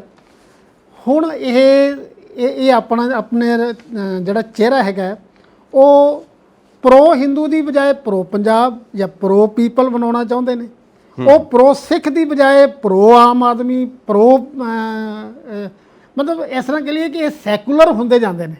ਇਹ ਸੈਕੂਲਰ ਹੋਣਾ ਚਾਹੁੰਦੇ ਆ। ਉਹਨਾਂ ਨੂੰ ਪਤਾ ਲੱਗ ਗਿਆ ਕਿ ਸੈਕੂਲਰ ਹੋਏ ਬਿਨਾਂ ਅਸੀਂ ਵੋਟ ਦੀ ਰਾਜਨੀਤੀ ਵਿੱਚ ਅੱਗੇ ਨਹੀਂ ਆ ਸਕਦੇ, ਕਿਉਂਕਿ ਵੋਟਾਂ ਤਾਂ ਤੁਹਾਨੂੰ ਇਕੱਲੇ ਸਿੱਖਾਂ ਨੇ ਨਹੀਂ ਪਾਣੀਆਂ, ਵੋਟਾਂ ਤਾਂ ਦੂਜਿਆਂ ਨੇ ਹੀ ਪਾਣੀਆਂ। ਬੀਜੇਪੀ ਦੀ ਪਿਛਲੇ ਤਕਰੀਬਨ 4-5 ਸਾਲ ਤੋਂ ਇੱਕ ਕੋਸ਼ਿਸ਼ ਰਹੀ ਹੈ ਕਿ ਪੰਜਾਬ ਵਿੱਚ ਸਿੱਖ ਚਿਹਰਿਆਂ ਨੂੰ ਸ਼ਾਮਲ ਕੀਤਾ ਜਾਏ, ਸਿੱਖ ਚਿਹਰਿਆਂ ਨੂੰ ਅੱਗੇ ਲਿਆਂਦਾ ਜਾਏ, ਜੀ ਉਹਨਾਂ ਨੂੰ ਬੋਲਣ ਦਿੱਤਾ ਜਾਵੇ। ਤਾਂ ਉਹ ਆਪਣੇ ਤੋਂ ਹਿੰਦੂ ਹੋਣ ਦਾ ਵੀ ਇੱਕ ਤਰ੍ਹਾਂ ਦਾ ਜਿਹੜਾ ਬੋਰਡ ਹੈ ਉਹ ਉਤਾਰਨਾ ਚਾਹੁੰਦੇ ਨੇ। ਇਹ ਸਰਵਾਈਵਲ ਦੀ ਪੋਲਿਟਿਕਸ ਹੈ, ਉਹ ਆਪਣੇ ਆਪ ਨੂੰ ਸਰਵਾਈਵ ਕਰਨਾ ਚਾਹੁੰਦੇ ਆ। ਜੇ ਅਜਿਹਾ ਨਹੀਂ ਕਰਨਗੇ ਉਹ ਹਾਸ਼ੀਏ ਤੇ ਚਲੇ ਜਾਣਗੇ, ਉਹਨਾਂ ਦੀ ਜਗ੍ਹਾ ਕੋਈ ਹੋਰ ਲੈ ਲਏਗਾ, ਜਿਵੇਂ ਆਮ ਆਦਮੀ ਪਾਰਟੀ ਨੇ ਲਈ ਹੈ। ਆਮ ਆਦਮੀ ਪਾਰਟੀ ਨੇ ਆਪਣਾ ਸੈਕੂਲਰ ਕਰੈਕਟਰ, ਸੈਕੂਲਰ ਚਿਹਰਾ ਰੱਖਿਆ। ਉਹਨਾਂ ਨੇ ਆਪਣੇ ਆਪ ਨੂੰ ਨਾ ਹਿੰਦੂਆਂ ਨਾਲ, ਨਾ ਸਿੱਖਾਂ ਨਾਲ, ਨਾ ਕਿਸੇ ਦਲ ਨਾਲ, ਦਲਿਤ ਜਾਂ ਕਿਸੇ ਨਾਲ ਨਹੀਂ ਜੋੜਿਆ, ਔਰ ਉਹ ਇੱਕ ਆਮ ਆਦਮੀ ਪਾਰਟੀ ਬਣ ਕੇ ਆਏ। ਔਰ ਉਹਦੇ ਵਿੱਚ ਉਹ ਸਾਰੇ ਹੀ ਉਹਨਾਂ ਨੂੰ ਸ਼ਾਮਲ ਕੀਤਾ, ਉਹਦੇ 'ਚ ਸਾਰਿਆਂ ਦੀ ਸ਼ਮੂਲੀਅਤ ਹੋਈ ਹੈ। ਤਾਂ ਇਹ ਜਿਹੜਾ ਚਿਹਰਾ ਬਣ ਰਿਹਾ ਹੈ ਸੈਕੂਲਰ ਧਰਮ ਤੋਂ, ਸੈਕੂਲਰ ਸਮਾਜਿਕ ਤੋਂ ਤੇ ਸੈਕੂਲਰ ਆਰਥਿਕਤਾ ਤੋਂ, ਜਿਹੜੀ ਇਹ ਤਸਵੀਰ ਬਣ ਰਹੀ ਹੈ, ਇਹ ਸਾਡੀ ਰਾਜਨੀਤੀ ਵਾਸਤੇ ਨਵੀਂ ਤਸਵੀਰ ਹੈ।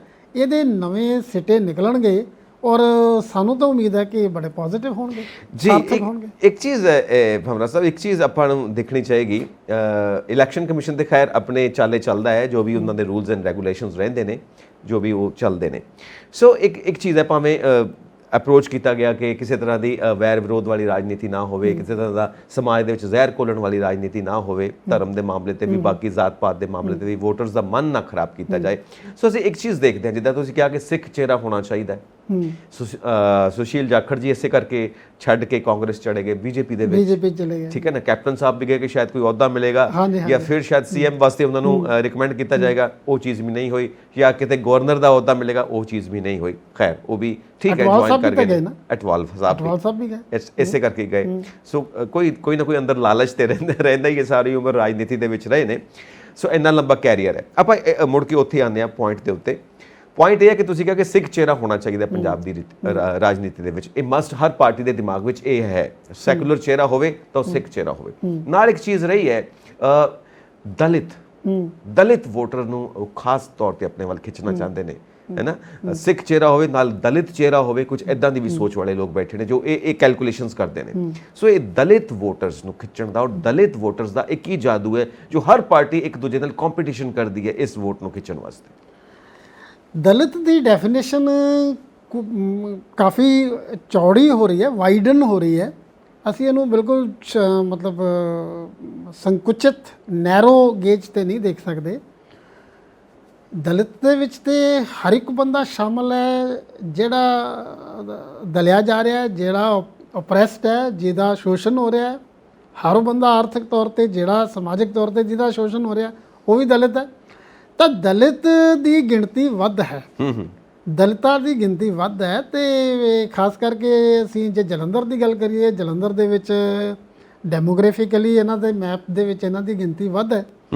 ਤਾਂ ਹਰ ਕੋਈ ਇਹ ਚਾਹੁੰਦਾ ਹੈ ਕਿ ਉਹ ਦਲਿਤਾਂ ਨਾਲ ਆਪਣੇ ਆਪ ਨੂੰ ਆਈਡੈਂਟੀਫਾਈ ਕਰੇ, ਜਾਂ ਦਲਿਤ ਜਿਹੜੇ ਲੋਕ ਨੇ ਸਾਡੇ ਸਮਾਜ ਦਾ ਇੱਕ ਵੱਡਾ ਹਿੱਸਾ ਹੈ, ਉਹ ਆਪਣੇ ਆਪ ਨੂੰ ਕੈਂਡੀਡੇਟ ਨਾਲ ਆਈਡੈਂਟੀਫਾਈ ਕਰਨ।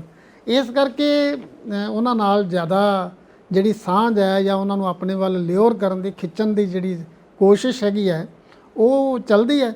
ਤੇ ਪੰਜਾਬ ਦੇ ਵਿੱਚ ਵੀ ਇਹ ਕੋਸ਼ਿਸ਼ ਹੁੰਦੀ ਰਹੀ ਹੈ ਕਿ ਇੱਕ ਚਿਹਰਾ ਜਿਹੜਾ ਹੈਗਾ ਉਹ ਦਲਿਤ 'ਚ ਹੋਣਾ ਚਾਹੀਦਾ। ਇਹ ਸਮਾਜਿਕ ਜਿਹੜੇ ਮੁੱਦੇ ਨੇ ਜਾਂ ਸਮਾਜਿਕ ਪਹਿਲੂ ਨੇ ਸਾਡੀ ਪੋਲੀਟਿਕਸ ਦਾ, ਇਹ ਤਾਂ ਜਦੋਂ ਤੱਕ ਇਹ ਪਾੜਾ ਖਤਮ ਨਹੀਂ ਹੁੰਦਾ ਤਦ ਤੱਕ ਇਹ ਇਫੈਕਟ ਹੁੰਦਾ ਹੀ ਰਹੇਗਾ।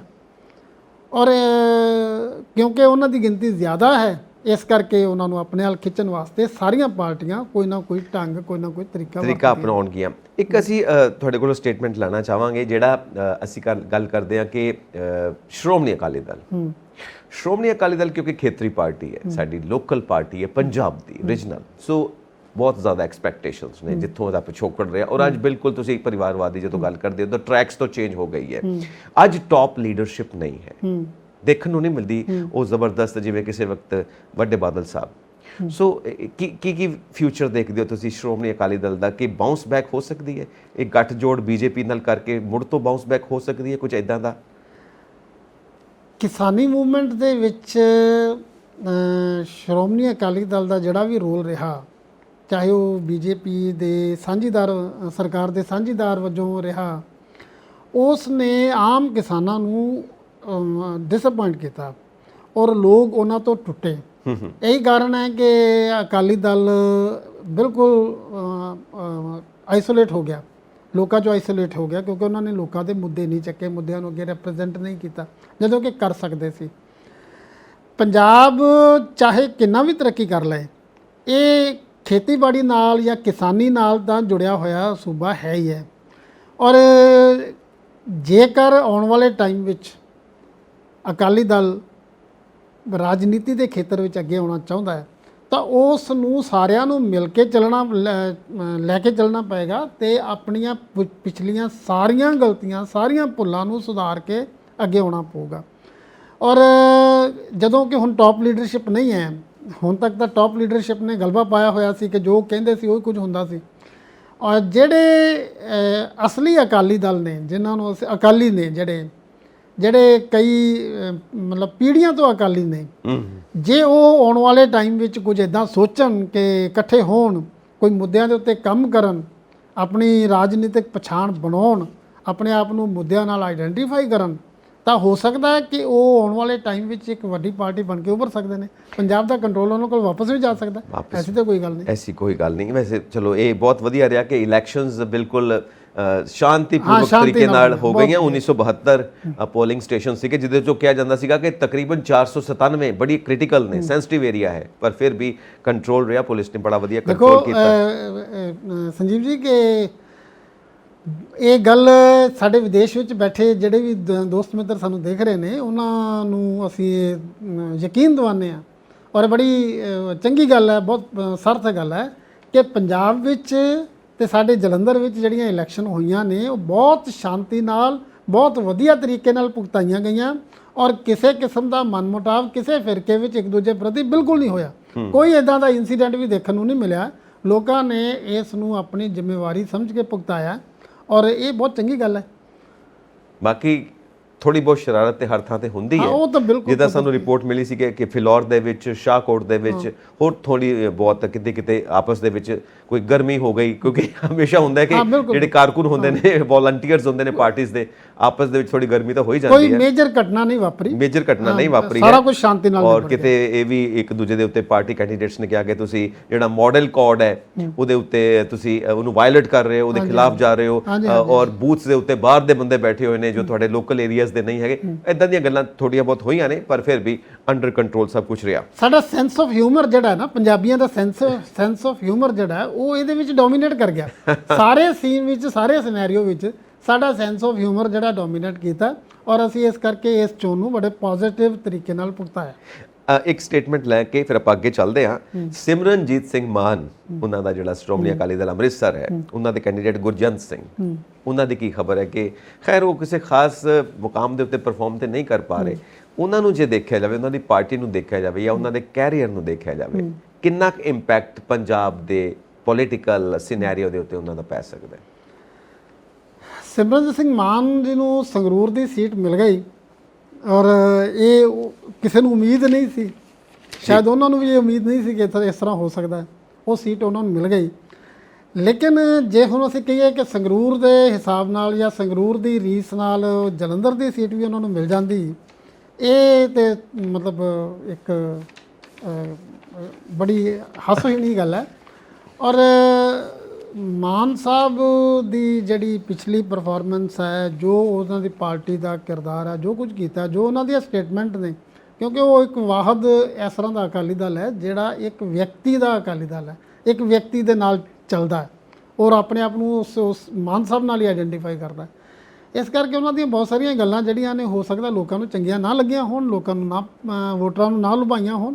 ਕੋਸ਼ਿਸ਼ ਤਾਂ ਉਹਨਾਂ ਨੇ ਵੀ ਕੀਤੀ ਕਿ ਸੀਟ ਉਹਨਾਂ ਨੂੰ ਮਿਲ ਜਾਏ, ਪਰ ਜਿਹੜਾ ਚੋਣ ਦੇ ਨਤੀਜੇ ਨੇ ਉਹ ਕੁਝ ਹੋਰ ਗੱਲ ਕਹਿੰਦੇ ਨੇ। ਬਿਲਕੁਲ, ਚੋਣ ਦੇ ਨਤੀਜੇ ਬਿਲਕੁਲ ਅਨਐਕਸਪੈਕਟਿਡ ਆਏ ਨੇ। ਜਿਵੇਂ 2022 ਦੀਆਂ ਇਲੈਕਸ਼ਨਸ ਦੇ ਵਿੱਚ ਅਨਐਕਸਪੈਕਟਿਡ ਸੀ ਆਮ ਆਦਮੀ ਪਾਰਟੀ ਦਾ ਜਿੱਤਣਾ, ਔਰ ਇਸ ਵਾਰ ਵੀ ਕਿਉਂਕਿ ਜਲੰਧਰ ਦੀ ਜਿਹੜੀ ਇਹ ਸੀਟ ਹੈ ਟ੍ਰੈਡੀਸ਼ਨਲੀ ਕਾਂਗਰਸ ਕੋਲ ਜਾਂਦੀ ਹੈ ਔਰ ਆਮ ਆਦਮੀ ਪਾਰਟੀ ਸੁਸ਼ੀਲ ਰਿੰਕੂ ਜੀ ਜੇਤੂ ਕਰਾਰ ਦਿੱਤੇ ਗਏ।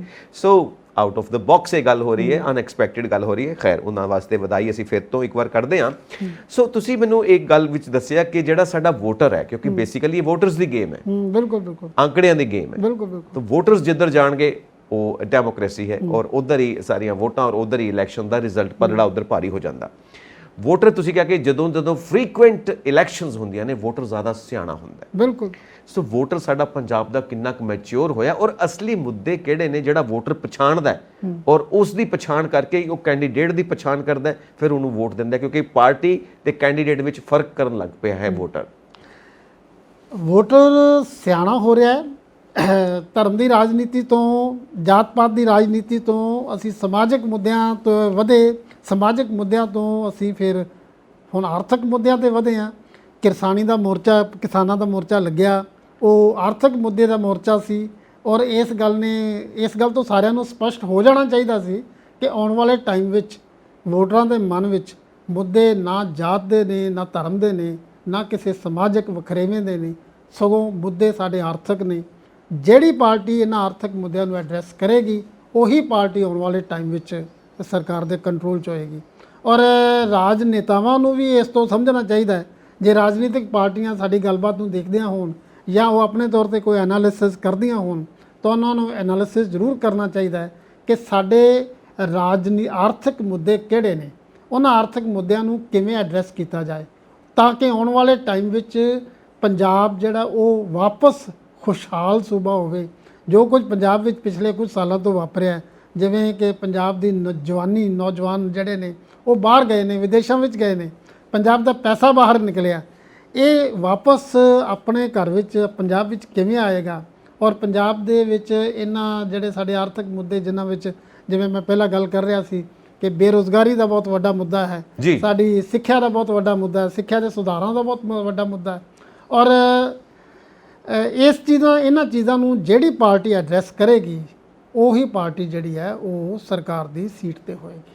ਪਿਛਲੇ 20-30 ਸਾਲਾਂ ਤੋਂ ਅਸੀਂ ਦੇਖਿਆ ਕਿ ਜਿੱਦਾਂ ਵੋਟਰ ਬਦਲਦਾ ਪਿਆ, ਜ਼ਾਤ ਪਾਤ ਦੀ ਰਾਜਨੀਤੀ ਤੋਂ ਧਰਮ ਦੀ ਰਾਜਨੀਤੀ ਤੇ ਆਉਣਾ, ਧਰਮ ਦੀ ਰਾਜਨੀਤੀ ਤੋਂ ਅੱਗੇ ਸਮਾਜਿਕ ਮੁੱਦਿਆਂ ਤੇ ਆਉਣਾ, ਸਮਾਜਿਕ ਮੁੱਦਿਆਂ ਤੋਂ ਹੁਣ ਆਰਥਿਕ ਮੁੱਦਿਆਂ ਤੇ ਆ ਗਿਆ, ਰੋਜ਼ਗਾਰ, ਕਿ ਪੈਸਾ ਹੋਏਗਾ ਜੇਬ ਵਿੱਚ ਤਾਂ ਹੀ ਤਾਂ ਗੱਲ ਕਰਾਂਗੇ, ਨਹੀਂ ਤਾਂ ਕੀ ਗੱਲ ਕਰਾਂਗੇ।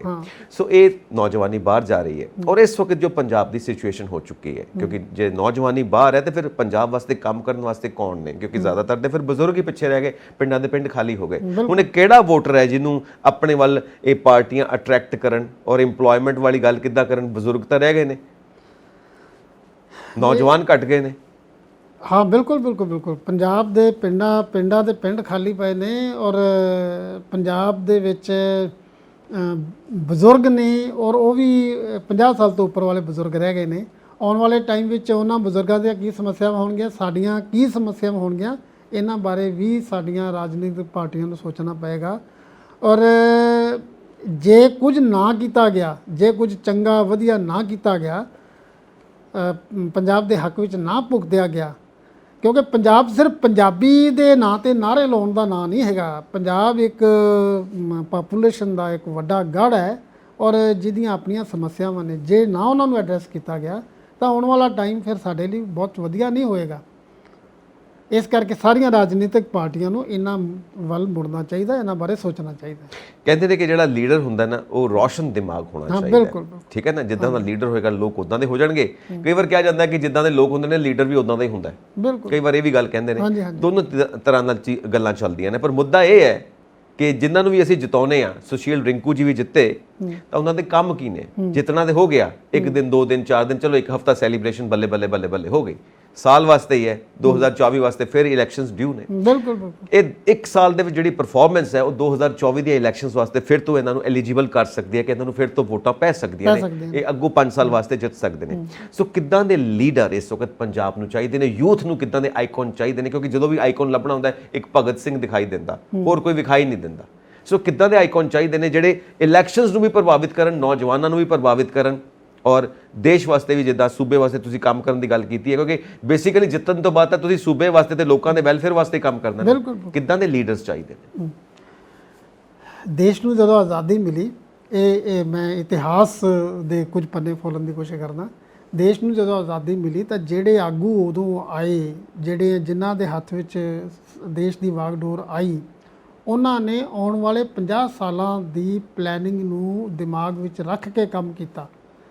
ਆਉਣ ਵਾਲੇ ਟਾਈਮ ਵਿੱਚ ਉਹਨਾਂ ਨੂੰ ਕੀ ਚਾਹੀਦਾ, ਦੇਸ਼ ਨੂੰ ਕੀ ਚਾਹੀਦਾ, ਇਹਨਾਂ ਮੁੱਦਿਆਂ ਨੂੰ ਰੱਖ ਕੇ ਕੰਮ ਕੀਤਾ। ਇੱਕ ਨੇਤਾ ਜਿਹਨੂੰ ਅਸੀਂ ਰਾਜਨੇਤਾ ਜਾਂ ਲੀਡਰ ਆਖਦੇ ਹਾਂ, ਉਹਦੀ ਇੱਕ ਵਿਜ਼ਨ ਹੁੰਦੀ ਹੈ ਔਰ ਉਸ ਵਿਜ਼ਨ ਦੇ ਵਿੱਚ 50 ਸਾਲ ਉਸ ਨੂੰ ਦਿਖਾਈ ਦੇ ਰਹੇ ਹੁੰਦੇ ਨੇ। ਉਹ ਆਪਣਾ ਕੋਈ ਵੀ ਐਸਾ ਕੰਮ ਨਹੀਂ ਕਰਦਾ ਜਿਹਦੇ ਨਾਲ ਉਹਦੀ ਵਿਜ਼ਨ ਡਿਸਟਰਬ ਹੋਵੇ। ਸਾਨੂੰ ਵਿਜ਼ਨਰੀ ਨੇਤਾ ਚਾਹੀਦੇ ਨੇ ਜਿਨ੍ਹਾਂ ਕੋਲ 50 ਸਾਲ ਅੱਗੇ ਦੇਖਣ ਦੀ ਕਾਬਲੀਅਤ ਹੋਵੇ। ਇਹੋ ਜਿਹੀ ਗੱਲ ਨਹੀਂ ਹੈ ਕਿ ਇਹੋ ਜਿਹੇ ਨੇਤਾ ਪੈਦਾ ਨਹੀਂ ਹੋ ਸਕਦੇ, ਸਮਾਂ ਪੈਦਾ ਕਰਦਾ। ਇਹੋ ਜਿਹੇ ਨੇਤਾ ਸਾਡੇ 'ਚੋਂ ਹੀ ਨਿਕਲਦੇ ਨੇ, ਪਰ ਇਹਨਾਂ ਨੇਤਾਵਾਂ ਨੂੰ ਅੱਗੇ ਆਉਣ ਦੇਣਾ ਚਾਹੀਦਾ ਹੈ, ਅੱਗੇ ਆਉਣਾ ਚਾਹੀਦਾ ਹੈ ਔਰ ਇਹਨਾਂ ਨੂੰ ਦੇਸ਼ ਦੀ ਵਾਗਡੋਰ ਸੰਭਾਲਣੀ ਚਾਹੀਦੀ ਹੈ। ਨੇਤਾ ਉਹ ਜਿਹੜਾ ਸਾਨੂੰ ਅਗਵਾਈ ਦੇ ਸਕੇ, ਸਾਨੂੰ ਸਹੀ ਰਸਤੇ 'ਤੇ ਲਿਜਾ ਸਕੇ ਔਰ 50 ਸਾਲ ਅੱਗੇ ਸਾਡੇ ਤੋਂ 50 ਸਾਲ ਅੱਗੇ ਦੇਖ ਸਕੇ, ਉਹਦੀ ਵਿਜ਼ਨ ਹੋਵੇ। ਇਹੋ ਜਿਹੇ ਨੇਤਾ ਦੀ ਸਾਨੂੰ ਲੋੜ ਹੈ। ਐਗਜ਼ੈਕਟਲੀ। ਹੁਣ ਅਸੀਂ ਗੱਲ ਕਰਦੇ ਹਾਂ 2024 ਦੀਆਂ ਇਲੈਕਸ਼ਨਸ ਦੀ, ਕਿਉਂਕਿ ਅੱਜ ਦੀ ਗੱਲ ਤੇ ਹੋ ਗਈ ਕਿ ਜੋ ਅੱਜ ਜਿੱਤਣੇ ਸੀ ਉਹ ਜਿੱਤ ਚੁੱਕੇ ਨੇ। ਹੁਣ ਉਹ ਤੇ ਗੱਲ ਅੱਗੇ ਕੰਮ ਕਿੱਦਾਂ ਕਰਦੇ ਨੇ ਉਹ ਤੇ ਆਉਂਦੀ ਹੈ। 2024 ਦੀਆਂ ਇਲੈਕਸ਼ਨਸ ਪੰਜਾਬ ਦੀਆਂ ਤਕਰੀਬਨ 19 ਸੀਟਾਂ, ਹਾਂਜੀ, ਇਹ 2024 ਦੀਆਂ ਇਲੈਕਸ਼ਨਸ ਵਾਸਤੇ ਕਿੱਦਾਂ ਪ੍ਰਭਾਵਸ਼ਾਲੀ ਹੋ ਸਕਦੀਆਂ ਨੇ ਔਰ ਖਾਸ ਕਰਕੇ ਸੈਂਟਰ 'ਚ ਬੈਠੀ ਹੋਈ ਬੀਜੇਪੀ ਕਿੱਦਾਂ ਪੰਜਾਬ ਨੂੰ ਆਪਣੇ ਹੱਕ ਵਿੱਚ ਭੁਗਤਾਉਣ ਵਾਸਤੇ ਤਿਆਰੀ ਕਰਦੀ ਪਈ ਹੈ, ਕੀ ਸਟ੍ਰੈਟਜੀ ਹੈ। ਔਰ ਇਹ ਜਿਹੜੀਆਂ ਸਾਰੀਆਂ ਇਲੈਕਸ਼ਨਸ ਨੇ, ਭਾਵੇਂ ਕਰਨਾਟਕ ਦੀ ਤੁਸੀਂ ਗੱਲ ਕਰ ਰਹੇ ਹੋ, ਭਾਵੇਂ ਇਹ ਜ਼ਿਮਨੀ ਚੋਣ ਦੀ ਤੁਸੀਂ ਗੱਲ ਕਰ ਰਹੇ ਹੋ, ਇਹ ਪ੍ਰਭਾਵ ਕੀ ਪਾਉਂਦਾ? ਕਿਉਂਕਿ ਇੱਥੇ ਤੇ ਆਮ ਆਦਮੀ ਪਾਰਟੀ ਆ ਗਈ ਤੇ ਕਰਨਾਟਕ ਦੇ ਵਿੱਚ ਕਾਂਗਰਸ ਆ ਗਈ ਤੇ ਹੁਣ ਬੀਜੇਪੀ ਤੇ ਦੋਵੇਂ ਥਾਵਾਂ ਤੇ ਨਹੀਂ ਬਣੀ ਗੱਲ। ਹੁਣ ਇਹ ਤੁਹਾਨੂੰ ਕੀ ਲੱਗਦਾ ਪਿਆ ਕਿ 2024 ਦੇ ਇਲੈਕਸ਼ਨਸ ਵਾਸਤੇ ਕੀ ਸਟ੍ਰੈਟਜੀ ਰਹੇਗੀ ਪੰਜਾਬ ਵਾਸਤੇ ਬੀਜੇਪੀ ਦੀ, ਕਿਉਂਕਿ ਬੀਜੇਪੀ ਸੈਂਟਰ 'ਚ ਬੈਠੀ ਹੈ? ਦੇਖੋ, 2024 ਦੀਆਂ ਇਲੈਕਸ਼ਨਾਂ ਦੀ ਸਕ੍ਰਿਪਟ ਜਿਹੜੀ ਹੈ ਨਾ, ਉਹ ਮੇਰਾ ਖਿਆਲ ਹੈ ਕਿ ਅੱਜ ਜਿਹੜੀਆਂ 2 ਇਲੈਕਸ਼ਨਾਂ ਹੋਈਆਂ ਨੇ, ਸਾਡੀ ਕਰਨਾਟਕ ਦੀ ਤੇ ਸਾਡੀ ਜਲੰਧਰ ਦੀ, ਇਹਦੇ ਵਿੱਚ ਹੀ ਕਿਤੇ ਨਾ ਕਿਤੇ ਸਕ੍ਰਿਪਟ ਲਿਖੀ ਜਾ ਰਹੀ ਹੈ। ਇਹਦੇ ਜਿਹੜੇ ਆ ਨਾ ਕਿਆਸ ਇੱਥੋਂ ਲਗਾਏ ਜਾ ਸਕਦੇ ਆ। ਲੋਕ ਜੇ ਰਾਜਨੇਤਾ ਇਹ ਸਮਝਣ ਕਿ ਲੋਕ ਪਿਛਲੇ ਕੀਤੇ ਕੰਮਾਂ ਨੂੰ ਭੁੱਲ ਜਾਂਦੇ ਨੇ, ਭੁਲਾ ਦਿੰਦੇ ਨੇ, ਇਸ ਤਰ੍ਹਾਂ ਦੀ ਗੱਲ ਨਹੀਂ ਹੈ। ਲੋਕ ਯਾਦ ਰੱਖਦੇ ਨੇ ਔਰ 10 ਸਾਲ ਦਾ ਬਹੁਤ ਵਧੀਆ ਮੈਂਡੇਟ ਲੋਕਾਂ ਨੇ ਬੀਜੇਪੀ ਨੂੰ ਦਿੱਤਾ, ਬੀਜੇਪੀ ਨੂੰ ਕੰਮ ਕਰਨ ਦਾ ਮੌਕਾ ਦਿੱਤਾ। ਬੀਜੇਪੀ ਨੇ ਕਿਹੜੇ ਮਤਲਬ ਮੋਰਚਿਆਂ ਤੇ, ਆਰਥਿਕ ਮੋਰਚਾ, ਸਮਾਜਿਕ ਮੋਰਚਾ, ਉਹਦੇ ਵਿੱਚ ਕਿੱਦਾਂ ਪਰਫਾਰਮ ਕੀਤਾ, ਉਹਨਾਂ ਨੇ ਕੀ ਗਲਤੀਆਂ ਕੀਤੀਆਂ, ਉਹਨਾਂ ਗਲਤੀਆਂ ਦਾ ਲੋਕਾਂ ਨੂੰ ਕਿਹੋ ਜਿਹੇ ਨਤੀਜੇ ਭੁਗਤਣੇ ਪਏ, ਇਹਨਾਂ ਸਾਰੀਆਂ ਗੱਲਾਂ ਨੂੰ ਲੋਕ ਯਾਦ ਰੱਖਣਗੇ ਔਰ ਇਹਨਾਂ ਗੱਲਾਂ ਦਾ ਹਿਸਾਬ ਕਿਤਾਬ ਤੇ ਫਿਰ 2024 ਦੇ ਇਲੈਕਸ਼ਨਾਂ 'ਚ ਹੋਏਗਾ ਹੀ ਹੋਏਗਾ। ਬਿਲਕੁਲ ਸਹੀ ਹੈ। ਔਰ ਇੱਕ ਚੀਜ਼ ਮੈਂ ਹੋਰ ਪੁੱਛਣਾ ਚਾਹੁੰਦਾ ਜਾਂਦੇ ਜਾਂਦੇ, ਇੱਕ ਆਖਰੀ ਸਵਾਲ। ਆਮ ਆਦਮੀ ਪਾਰਟੀ, ਅਸੀਂ ਗੱਲ ਕੀਤੀ ਹੈ ਕਿ ਲਾਸਟ ਈਅਰ 2022 ਦੇ ਵਿੱਚ ਜਿਹੜੀਆਂ ਇਲੈਕਸ਼ਨ ਜਿੱਤੀਆਂ ਨੇ, 92 ਸੀਟਾਂ ਆਈਆਂ, ਉਹ ਲੋਕਾਂ ਨੇ ਜਿਤਾਈਆਂ ਨੇ। ਆਮ ਆਦਮੀ ਪਾਰਟੀ ਦਾ ਉਹਦੇ 'ਚ ਹੱਥ ਨਹੀਂ ਹੈ, ਲੋਕਾਂ ਦਾ ਹੱਥ ਹੈ। ਖੈਰ ਜਿਤਾਉਂਦੇ ਹੀ ਲੋਕ ਹੁੰਦੇ ਨੇ, ਪਰ ਲੋਕਾਂ ਨੇ ਐਕਸਪੈਰੀਮੈਂਟ ਕੀਤਾ। ਔਰ ਅੱਜ ਜਿਹੜੀ ਇਹ ਇਲੈਕਸ਼ਨ ਹੋਈ, ਜ਼ਿਮਨੀ ਚੋਣ ਦਾ ਰਿਜ਼ਲਟ ਆਇਆ, ਇਹ ਰਿੰਕੂ ਜਿੱਤੇ ਨੇ, ਸੁਸ਼ੀਲ ਰਿੰਕੂ। ਇਹ ਆਮ ਆਦਮੀ ਪਾਰਟੀ ਨਹੀਂ ਜਿੱਤੀ, ਕਾਂਗਰਸ ਦੇ ਅੰਦਰ ਜਿਹੜੇ ਉਹਨਾਂ ਦੇ ਕੰਮ ਨੇ ਉਹਨਾਂ ਨੂੰ ਕੈਸ਼ ਕੀਤਾ ਗਿਆ।